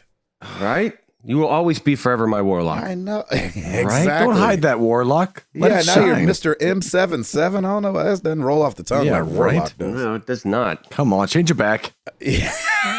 Banned. Come on. Banned until he changes it back. He said it's knowing that Extra Life is right around the corner, snacking on peanut M&Ms and playing one of the new games for the fall. Amen to There that. you go. Amen to that. I like everything about that except his new name. Yeah, M77. Evan, what is he trying to be, James Bond or something? Yeah, exactly. Patrick Novosel over on Facebook. Arctic M77. I play, the name's Warlock, Arctic Warlock. Exactly. Patrick Novosel, I play the beginning of Resident Evil 1 almost every year. Not the remake, but the OG PS1 game with the opening FMV sequence. Man, that's an awesome way to start a game. You don't like it? You don't like it, Chris? Yeah, sure, that's fine. Oh, what's wrong? You sounded sad about it. Yeah. Yeah. No, I'm good with it. All right. You're sending me I'm mixed not going to signals. do it, but I'm good with it. Yeah, okay. Andrew Derek Hanna. I like to try and put in a horror game, play 10 minutes of it, say nope, put back in the case, and wait till next year. Oh, that's hilarious. Good. Well, now you can download Overwatch 2, say nope, and uninstall it. And it'll be like the same kind of thing. Hey. Outlast. Yeah. Outlast 2, sorry. Okay, you guys ready? Yes. Get your voices ready. All right. Mm. Robert Downgood Jr. Esquire. Yeah, I tell you, right down by the bayou. Dr. Pepper. Every year around Halloween, Bethesda Every year around Halloween, Bethesda does a spooky Halloween themed event where you can earn spooky skins and get spooky crafting motifs and recipes. Like the peeled eyeballs recipe. Ooh. You also get a magic cauldron of grog that will turn you into a skeleton and give you bonus experience from all sources for 2 hours. And I get a bonus. And I've been playing the game with only my vampire and werewolf characters during the Halloween season. That's awesome. That's great. What game is he talking about? I don't know, man. That sounds fun. Yeah, it does sound fun. I hope it's Wolfenstein, the New Order. I just love that, like, you know how, I don't know if you guys feel like this, but like, so there's a level of nerddom that happens in gaming, right? Where sometimes we have to use words that we would never use any other time. So I love that it said spooky skin, spooky crafting motifs, and a magic cauldron. That all sounds very nerdy to me. I remember I was in GameStop one time and I was talking to somebody about, I don't even know what game it was. I think it was one of those free to play, like you buy the game as free to play MMO. And the guy was talking to me, he was like, he looked real normal. He was like, "Oh, have you played that? Have you got this, that, and the other armor?" And I was like, "Nah, man." Literally, when I said no, he starts salivating. You know, like that spit that gets in the corner of people's mouths is really white. He was like, "Oh, it only takes 15 orbs of ectoplasm." I was like, "Oh, I gotta go." Oh my gosh! Did you see? I gotta go. Yeah. Did you see that SNL sketch where the ESPN guy is filling in for the League of Legends esports? Oh, with Chance the Rapper? That was Chance the Rapper, wasn't it? Oh my gosh, yes, that was so funny. He did such a great so funny. He did so great. What with did he call the game? bit. He didn't call it League of Legends. He called it something else. League of Legos. Yeah. How you gonna beat this League of Legos thing? Oh my gosh, that was funny. That's awesome. That was so great. Chance has got some good acting chops. I'll give him that. Great. Well, you know where to find us. Facebook.com/married to the games. Come join the group. Twitter.com/MTTGcast. Of course, married to the games.com. Like Ed said, YouTube.com/married to the games. On Patreon at patreon.com/MTTG. And listen, it's extra lifetime, baby. Yep. I wasn't planning on being home in November, and so I've got to get my life together and talk to Eric, but there will be prizes like there was last year. Top 3. I don't know exactly what they are, but I'm pretty sure it's going to be very familiar like last year. So I don't want to say this is what they are, but this is probably what they'll be. Hoodie, shirt, gift certificate, or video game or something like that for third. So first place hoodie, second place shirt. Those are definites. And then third place will be something that's not as good as a hoodie and a shirt. I got some leftover participation trophies from soccer. If anybody wants them. Okay, No, we'll send you an extra participation trophy. Nice. I'm just kidding. I'll just give you Pipers, actually. And Chris. Rate us on iTunes at Married to the Games Con. We'll announce Married to the Games 2. Oh, nice. There you go. Bigger, better, badder. And you have to level. You got levels. There's lots of leveling. Yeah, there's levels to this thing, man. You have to unlock each host. Oh, and there you You go. only get to There's hear so many once. people that stop it. I got Gabe. I'm good. That's right. No, you're right. Yeah, Gabe's the last one you unlock. That's right. Oh my god. I'm the first, and all you have to do is say that's awesome, and bing, there you go. Oh my god. I'm gonna spend all my ectoplasm and No, mine will be first because you know why? Whatever the default is. Boom, done, unlocked. That's true. There it is. Well, let's get into some questions.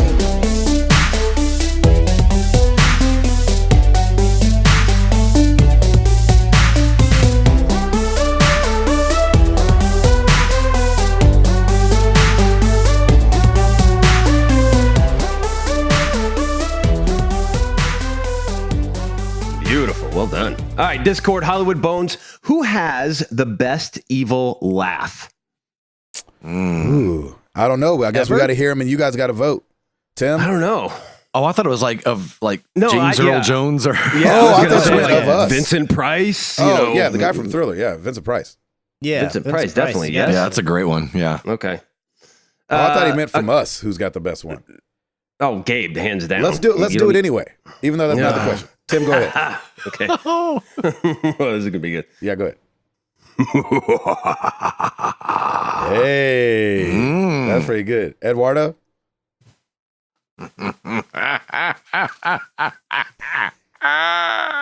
Oh, Wow. nice. I like it. Ooh, that was good. I'm going to go then Chris. Oh Lord. Oh, there it is. That There's sounded his too evil laugh cheerful, right there. Gabe. That was yours. That was yours. Yeah, that was mine. Sorry. Chris? Oh, I thought I was going last. Oh, okay, sorry. Okay.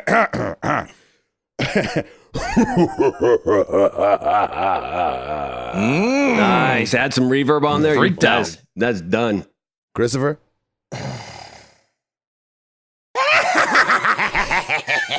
Yeah. Ooh, look at that. I like it. Chris with the high pitch. Love it. Wicked Witch of the You know, I North. wasn't getting that low pitch.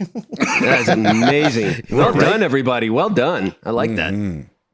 That's nice. That's a nice difference there. Yeah, I do like that. Okay.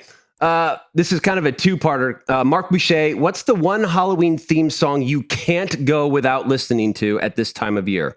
And then Lord Zukar piggybacked and said, what's a Halloween song that you can go without listening to this time of year? In parentheses, Nightmare Before Christmas with a poop emoji. Lord Zukar is now officially banned for at least a week because I got news for you. That's what I listen to. That's what I can't go without listening to. I didn't even know there was Halloween themed songs, really. Yeah, that's the only one I know of. Yeah, I love The Nightmare Before Christmas. We were just listening to it this morning when I was taking Piper to school. This is Halloween is a classic song, and I love the Oogie Boogie song too. Both classic Halloween songs that we always listen to every year. I've never seen that movie. Oh man, come on. Ed, is your Oogie answer the Boogie? same then? Yeah, definitely. Chris? Monster Mash. Oh, there you go. That's a good one. Yeah, Yeah, that's a good one. I'm going to stick with Thriller, I guess. Yeah. Yeah. You- I don't very have nice. one that I don't Classic. listen to. Yeah. all right, which one? And Lord Zuko, you are not banned. I'm just teasing you for now. What can you go without listening to? So what's the one that you absolutely hate? I don't know of any others. I Really. only know Thriller, and I like it. Right? Yeah, I kind of like it all. Yeah. I'm trying to think of. There's one I love bet I like. could think of one that I could do without, but off the top of my head, I got nothing. Yeah, it's Yeah, I tough. love the Monster Mash. I love Thriller. Yeah, like what could go wrong? That's like asking, what's your favorite Arbor Day song? Baby, It's Cold Outside is probably a scary song for people these days. So I'll go There with Oh, you that. that's go. true. Yeah. I heard that John Legend and Yes. Kelly Clarkson have Yes. rewritten it. Yes. And are doing a new version. I haven't heard Are it they yet, really? but yeah. Yeah, there you I go. think it's the one that's not so, Yeah. maybe suggestive. I don't know. Yes. So yeah, I Maybe like it's chilly outside, if that's okay with you. that. Yeah, exactly. And as long as I have permission to sing the song. And That's are you right, 18? yeah. Yes. I there you really can't stay. He goes, whatever you'd like to be called is a little nippy out there. I really must go. Okay, but let's just get it on record that I'm allowing you to leave. Let me sign this document here. Yeah, this evening I has love that. been, let me get the door. Legal is on its way. Yeah, I like it. All right, Nick Huntress. I always want to say Huntress. What is your absolute favorite Halloween candy? What candy do you avoid? If you don't say candy corn is the worst, we have a problem. Oh, man. Bye, Nick. Bye, Nick. Candy corn is the worst. He's got It that is not right. the worst. It's the absolute worst. It's not. I don't know if Go it's ahead, the Chris. worst, man. I think black licorice is the worst. Yeah, I couldn't agree Yeah, more. but that's just bad in general. That's not candy. Anybody who thinks that's candy is wrong. Isn't Well, yeah, Twizzlers that's- candy? No. Yep. Oh, Well, Yeah. Twizzlers are, but not black. So we're licorice good in Twizzlers. plenties, man. Oh, those things are what are you disgusting. saying, Chris? But Twizzler is gross as well. But It a tastes like Twizzler, nothing. It but you tastes like agree you're that just chewing Twizzler rubber. is candy, though. Twizzler is gross. Twizzler is candy, though, right? Twizzler is red. Twizzler is yes. Black licorice no. What is But black Twizzlers licorice? makes a black licorice. Black licorice is just a. It's just a plant, right? Isn't it just a plant? A leaf? Not black, but licorice. Licorice is a plant, isn't it? Man, I have no idea what you're talking about. Well, I think it's derived from the anise seed. but I'm not entirely sure. Really? I like how you phrase that. I think it's derived from the blah, blah, blah. Well, blah. I'm just saying. No, I like that. I really do. Yes. I'm not entirely sure. Licorice So I'm is a sure plant. somebody is going to oops me. Yeah. But Black we all licorice agree that, yeah, okay. can I go like in the that. All garbage, right. straight in the garbage. It's gross. Yeah. I So, agree. Chris, what's your favorite Halloween candy? Favorite Halloween candy is, I'm probably either Snickers or the Reese's Pieces cups. Yes. Yeah. Gabe, Right. please. I know, I haven't done it yet. I will know. bring a bag over to you. Know what? I'm going to do that anyway. Screw that. I'm going I to do bring a that. bag over to you, and you will have that thing done in a day. Oh, I believe So it. good, man. So good. Mine, yeah. I mean, it's almost anything that says Reese's. Mhm. Yep. Reese's Pieces, Reese's peanut butter cups. I love them so much. Ed, Yeah, I'm like you. Anything that Reese's, anything with chocolate and peanut butter, I'm down for. Mhm. And my worst one would probably be Mounds bars, like the big coconut blob. Oh, so Mounds or Almond Joys you don't like? I'll take Almond Joy because at least it's got almonds in it. Yeah. what's I Mounds? love it. Almond Joy without the almonds? I think so. Yeah. Just yeah, Joy? pretty much. Just Joy. But Mounds of joy. I'm with you guys too. I mean, this new Reese's peanut butter cups with the Reese's Pieces inside is legit awesome. I do love a good Milky Way and a good Almond Joy, so I'll take them all. Bring it on, candy. Man, Almond Joy is so hard for me to view as a candy. I know. It feels feels like like a punishment. It feels like a protein delicious. bar. Oh, I love it. So good.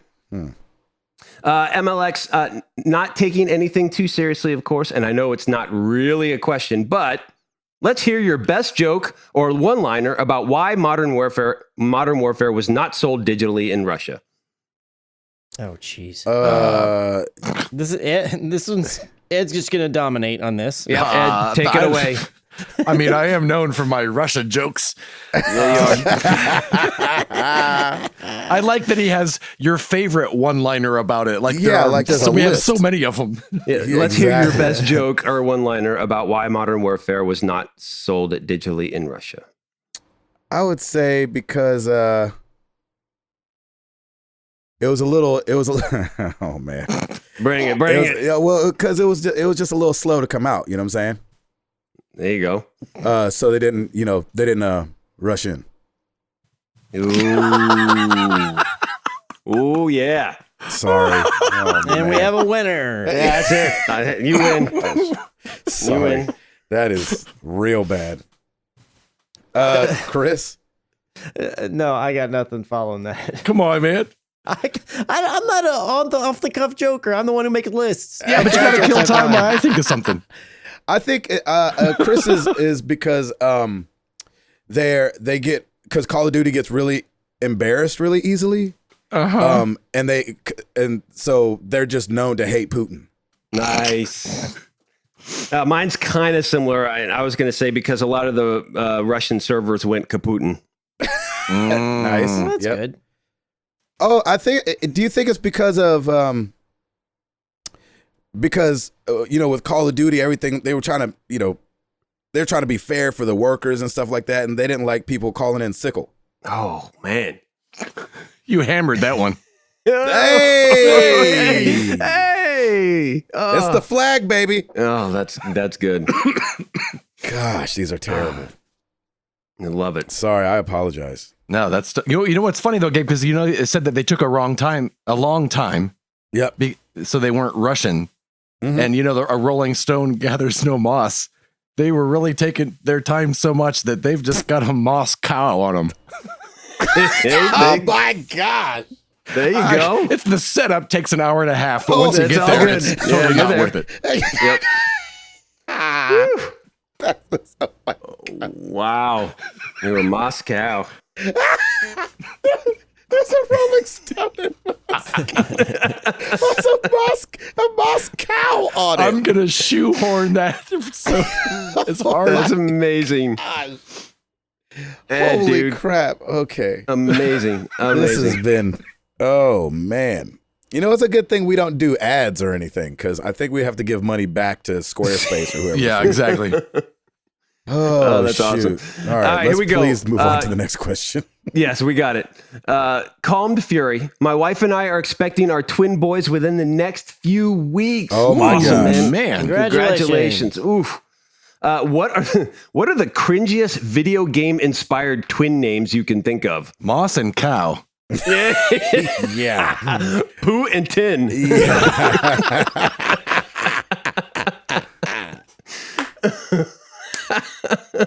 Oh. The cringiest twin names. Cringiest video game inspired twin names.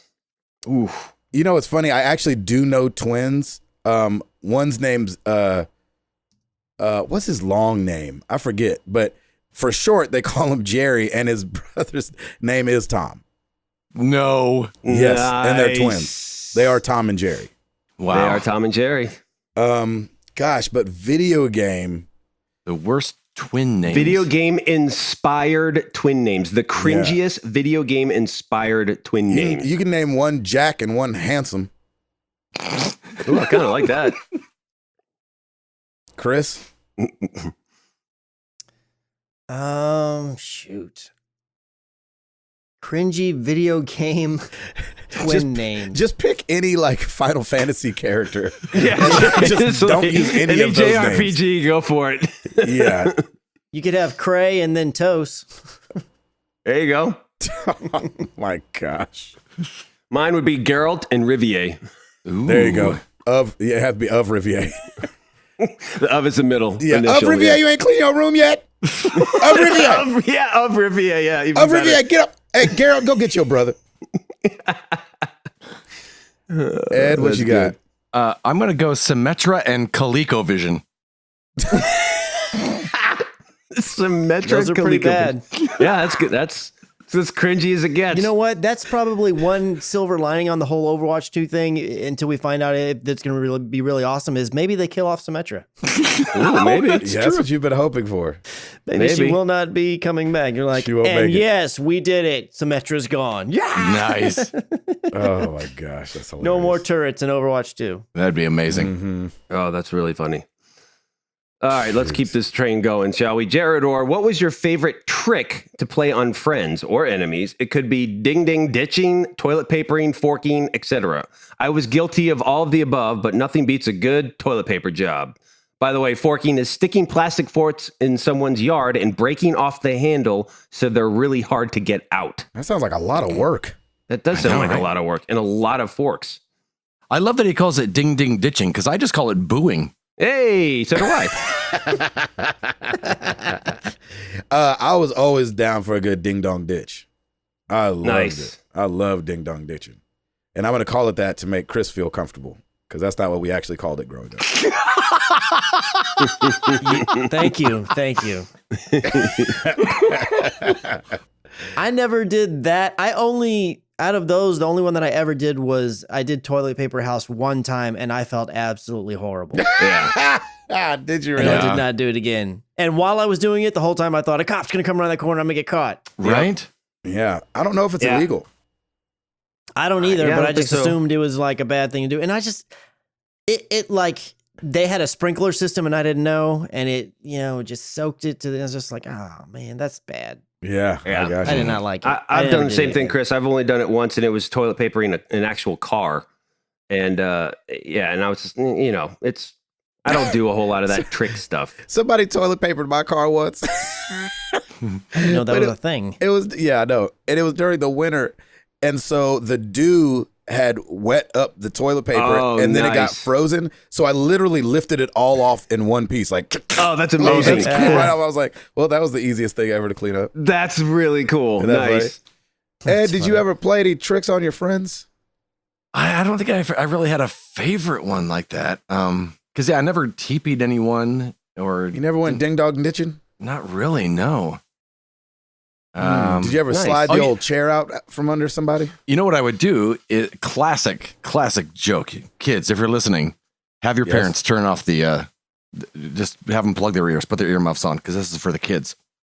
Ooh, I You like this. Get a chair, all right, kids, and take a Okay. pillow Yes. and open like your parents' bedroom door slightly and put a pillow up on top of the door.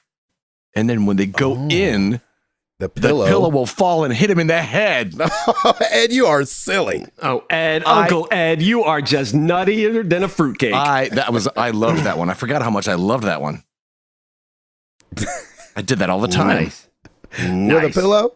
Yeah. My brother was sick of it. And then lift up the toilet seat and put saran wrap. Oh, that's right. That is a fun one. I do like the saran wrap across the door, the open door, for them to walk right into saran wrap. I think that's funny. Nice. All right. Jeff, what's something really odd that scared you when you were a little kid? For me, Altered Beast. There you go. For me, the FBI warning at the beginning of any VHS tape scared me to the point I had to leave the room. Dude, guilty conscience much? What's up with that? Funny. Wow. Oddly enough, for like 4 years, my daughter was scared to death of the Disney Blu-ray intro. Really? Wow. What does it do? I don't know that I've seen that. Let's see. It's a masked man killing a small child. I'm just kidding. I have no idea. And Tinkerbell flies over them. That's right. Exactly. Yeah. Spreads pixie dust, but it's really blood. Yeah, it's really shards of glass. Yep. That's right. Wow. I don't remember you haven't what seen the that, Disney Chris? Blu-ray intro is. I haven't. I guess I haven't seen as many Disney movies as I thought I had. Well, maybe just not the beginning. Yeah, it's crazy. Oh, that's amazing. Yeah, I'm usually in the restroom, then doggone it. Yep. I get it. So something really odd that scared you when you were a little kid. Altered Beast, though, for real, on the Genesis. Nice. I mean, like to where I couldn't finish it. My parents had to take the game out of the house. Wise from your grave. Yes, wise from your grave. Ed, what how about scared you as a kid? I think when I was a little kid, I was afraid of leaves. Really? Yeah. Really? They're flying around on their own. It ain't right. You didn't just video them and show it back to your parents and show them how deep you were? Be like, look, I videoed these leaves. No. I'm deep. Leaves, plastic bags, all of it. Exactly. Thank you. I knew you'd get that. Chris? When I was young, I had a Teddy Ruxpin. Oh, yeah. And when I got a little bit older, that thing creeped me out. Yep. Really? Especially when the batteries were dying. Oh, yeah. It was like, hi, Roger. You're like, did you say you want to kill me? No, I said I want to kill you. Man, that sounds like kill you. No, I'm Teddy Ruxpin. I love you. I just want to kill you. Won't you be my friend? Fire? Freaking, right? Ventriloquist dolls scared the crap out of me when I was younger. Thanks, Ed. Fire. The sun. Dinosaurs. It was like, Abner, look what the neighbors are doing. T-Rex. Yeah, okay, keep going. Yeah. The plague. And then they said the stone moved all by itself and he got out the grave and went walking around. Been dead for 3 days. It probably stinks to high heaven in there. Moses parting the Red Sea, Ten Commandments. That Eve would eat that apple. The Eve would eat the apple. You're like, come on, baby. Don't. That's right. She's like, That ooh, this is good. snake. That talking snake. Back then it was normal. That God wouldn't say it was good on the 4th day. Yeah. That he rested. rested. Come on. Daddy, please call me beautiful. He's like, why this snake got all these legs? Oh, jeez. That's anyway, so yeah, that was it for me. What was it? I wasn't listening. I was too busy making jokes. Ventriloquist dolls. Those things are creepy. Those are scary still. Yes. Yeah. I'm not as freaked out anymore, but they used to really, I had to leave the room. I'd love to see you wake up to Jeff Dunham in your room. That's see how much you like that. No, don't make me watch it again. I know, exactly. Yeah, making a police report. Be like, oh no, I think it was like a jalapeno and a stick or something. You know, right? Uh-huh. I think it's racist, but it's not that funny. You got to choose one. That's funny. Oh, that's good. All right, let's move on to Facebook. Brian Niebel, Extra Life is coming up soon, and it's got me thinking, if you decided to create and host your own MTTG fundraiser, what would it be? How would it affect you and those around you? Oh. Honestly, for me, I think doing an Extra Life is exactly what we would do. Well, I think I would say it would be a little bit more akin to what we did at 200 with Josh Stapleton, where it's just a little bit more aimed at like actually buying video games for kids instead of like doing something and giving, and not saying that Extra Life money doesn't go towards amazing things. Yeah, no, I love that. I don't think it goes towards gaming specific things. And so the fact that our community showed up in such a huge way and we were able to deliver those 30 games to the hospital, I would want to do something like that where it's like, exactly what you're giving for. Yep. And it would be something gaming related to where kids could enjoy games, whether it's buying Switches for, Yeah, I was going to say, get some consoles in there and Yeah. Switches like and what? That. Yeah, I love that. Yep. Good on you. Anybody else? Yeah, what say you, Chris? I like the idea similar to what you had just mentioned, but if it was something that where maybe the result of it wasn't per se gaming related, I would do something that benefited some kind of animal shelter of some sort. There you go. I like that. Or maybe that's good. Yeah. Yep. What say you, Edward? I would do something that would excuse me. I would do something that would put money into the arts in schools. There you go. Love that. That's really great. Yep. That's awesome. Great question. Thanks for that, Neebs. Appreciate it. Daniel, hi. With Disney Plus on the horizon, will you be signing up? And how many streaming services do you currently have? Yeah, I used the 3 years in advance thing that Tim gave us. Yeah, man. And so I'll have Disney Plus at least for 3 years. So definitely signing up for that. We've got Netflix, Amazon Prime, and Hulu. Nice. I think is our streaming services. And Spotify, does that count?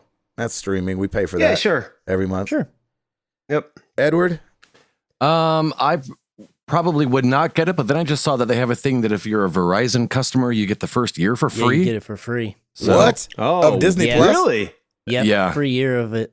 Are you going to do it? So I might do that, yeah. You're like, I might do the free thing. If you do the thing like you did, the 3 year thing, I think your 3 years doesn't start till after that first free year. So you technically you add it up and you get 4. Something like that. I'm not Verizon. I'm Sprint.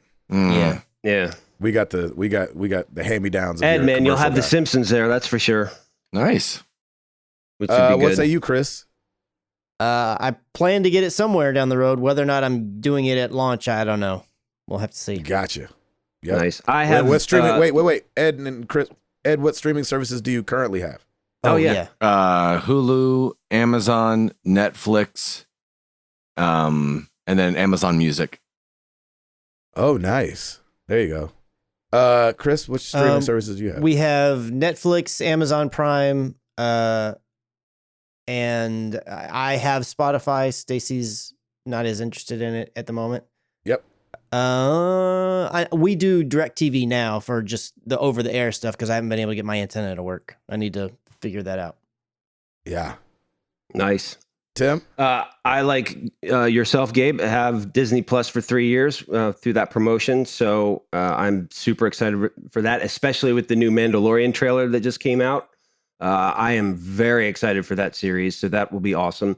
I currently have Netflix, Amazon, and Spotify and Pandora. Ooh, Pandora. That's an oldie but a goodie. It is an oldie. I kind of like the variety when you throw on just a radio station. We actually do that a lot at the store during the holidays. They have awesome like swinging Christmas radio stations. So you got the old Bing Crosby's and they have a huge library of awesome old school Christmas songs, which is great.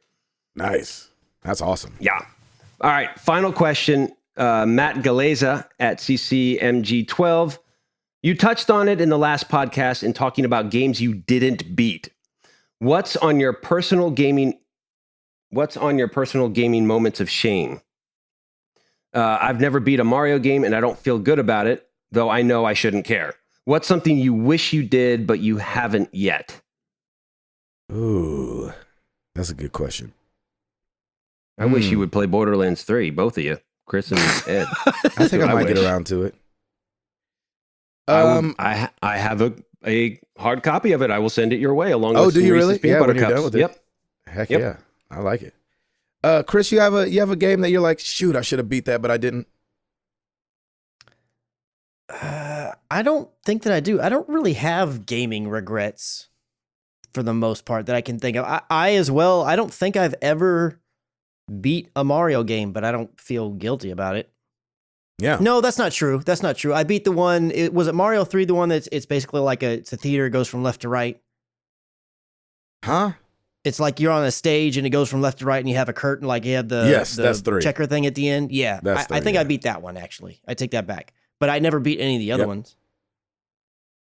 3 was hefty. That's a good one to beat. And when I say I guess it was like me and my brother playing it together, kind of like trading off kind of thing. Nice. I don't think I didn't do it my own self in one sitting kind of thing. Gotcha. Mm-hmm. Edward? Wow, I'm kind of like Chris. I don't regret not playing something if I didn't care for it. I picked up Control again a few days ago thinking I was going to give it another shot, but I would just kind of I got to a boss battle and remembered how frustrated I was with just that one. I was like, nah, I'm already frustrated and I know what's coming up. So yes. I'd like to be able to beat it. I don't have the gaming skill to do it. Mm-hmm. Yes, you do. If I did, it'd be done. Very true. You might just not have the patience, but I think you could get there. Yep. I do have one moment of shame. I did have to lower the difficulty for Dead Space 2 final boss back in the day. Yeah, I hate that. I could not do it. I was like, oh, this is killing me to do this, but I had to do it. I don't think I've ever done that. I've thought about it. Don't ever do it if you can avoid it. I've done it. Don't matter. Yeah, I've done it. I had get across the finish line, man. Shame written across my forehead. Nah. But it's good. I still, man, I want those games back again. I need to play Dead Space again.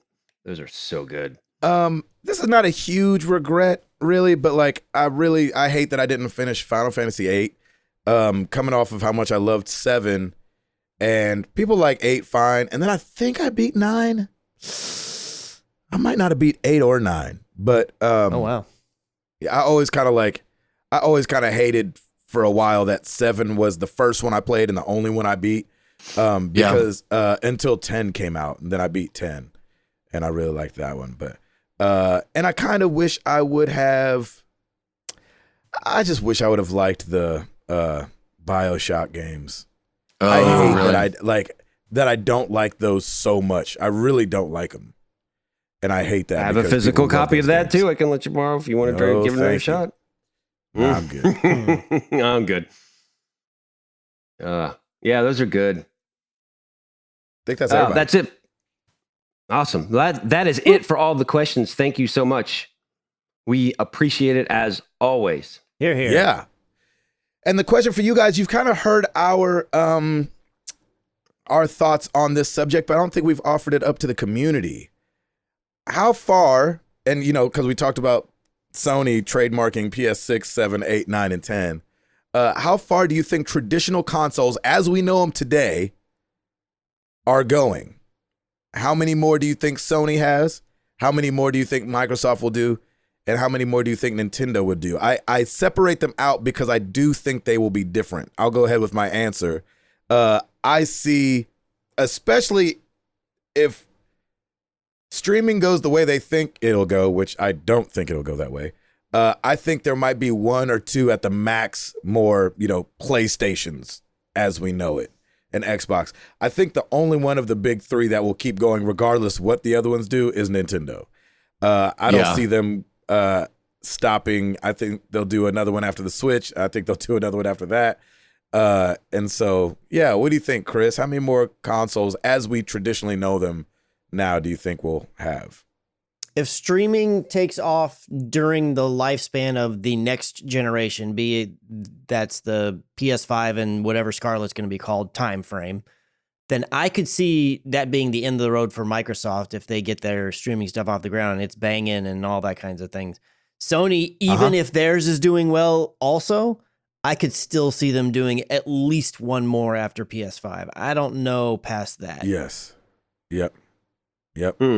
What say you, Edward? Man, I'm so bad at this. And I know we've talked about, this possibly being the last generation of consoles. I've never really believed that. I could see them going 3 more, at least. Yeah. But like Nintendo, I think Nintendo will be around forever. Right. Mm-hmm. I think it really does all hinge on streaming. Yeah. Which, again, y'all know how I feel about it. I just don't believe in it. Yep. Tim? Yeah, I was going to say with Sony, I think it's got another. Sony and Microsoft have another 2 in them, and I think what's going to happen is Sony's going to build it into their TVs, and so then all you need is a console, and then with streaming in your TV, then you're in. I think you don't think so. No, I think Microsoft's going to go. Didn't they do that this generation? Well, they did it with PS Now. Yeah, they're trying it with, but PS not with Now. like a new launch games on it kind of thing. Right. TV, they want TVs to be too skinny to be able to throw any kind of real hardware in there. I think, unless it's just streaming based. Yeah, maybe. I thought what Tim meant was that it would just stream to the TV. I thought that's what he meant. Sorry. No, the TV becomes TV becomes kind of the console, and you've got your cables in the back, and you plug in, and you've got your controller, and off you go, and it's a whole separate menu system. Yeah, if hardware's in there for running the game, then no, I'm with Gabe. I don't think they can make it thin enough and then not have like room to cool it. I just don't think that they could do that. Yeah, maybe not. I don't know. But technology, I mean, the technology could be there. Pieces do get smaller and smaller. I do think Nintendo is going to go the way of the tablet down the road. I don't know what that tablet looks like, but it's going to be something like that. I bet it looks flat. Lord. Nice, dude. Well played. I bet it looks flat. See, those are the kind of jokes I could do. Yeah, and you did them beautifully. Well played.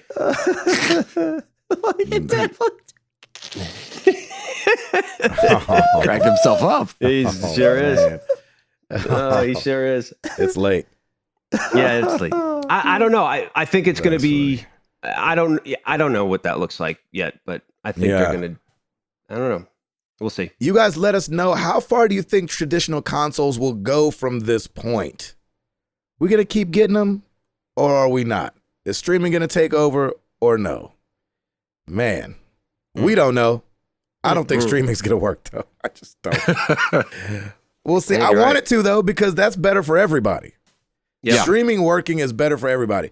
Nobody so real likes... quick, to clarify, you don't think it will work just this go round, or you don't see it ever working?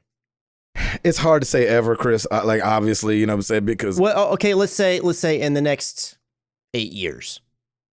Oh, 8 years? Or 7 years, whatever a typical you think of the next generation will last, console-wise. Within that generation, do you feel like it'll just be totally jank and not it won't work at all? Is that what you're saying? I just can't see it getting there to where we need it to be for everyone.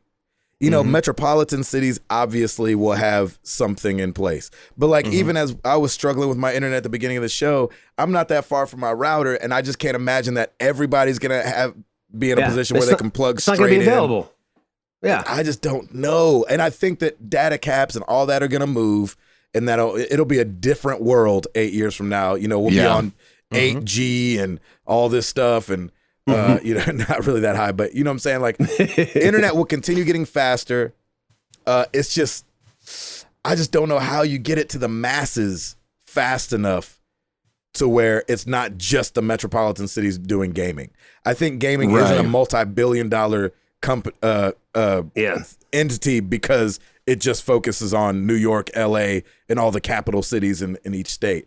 I think you need a way for everybody to be able to do it in everywhere.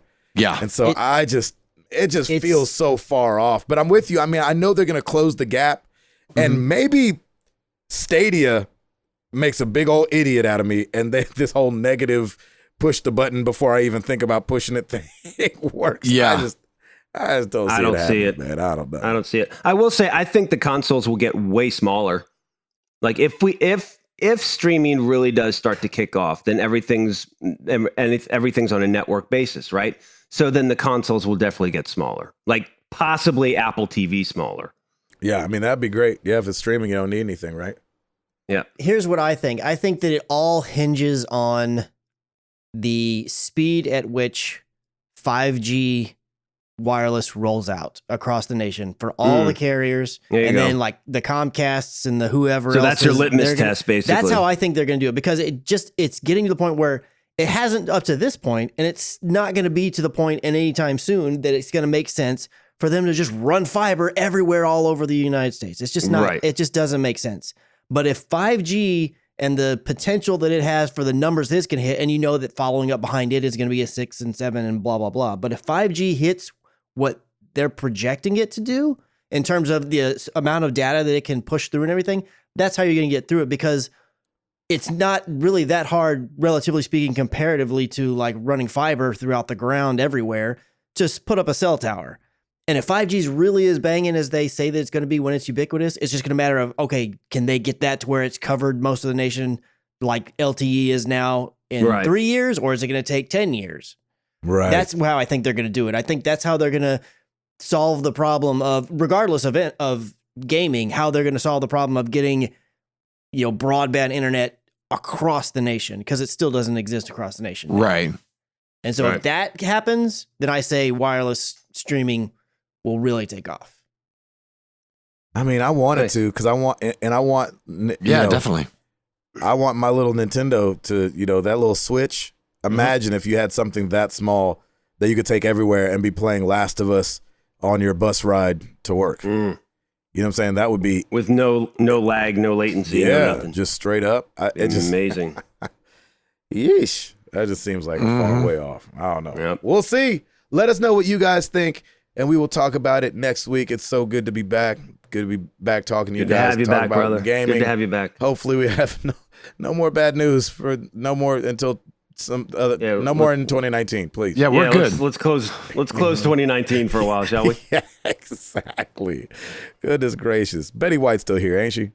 I'm glad Betty White's still here. God bless that woman. Yep. God bless her. I thought you said many whites are still here. Well, that's true too. I mean, they are. I was like, yeah, that's also true. Yeah, we do a lot of shows in Texas, so I can attest. I'm Gabe Patillo.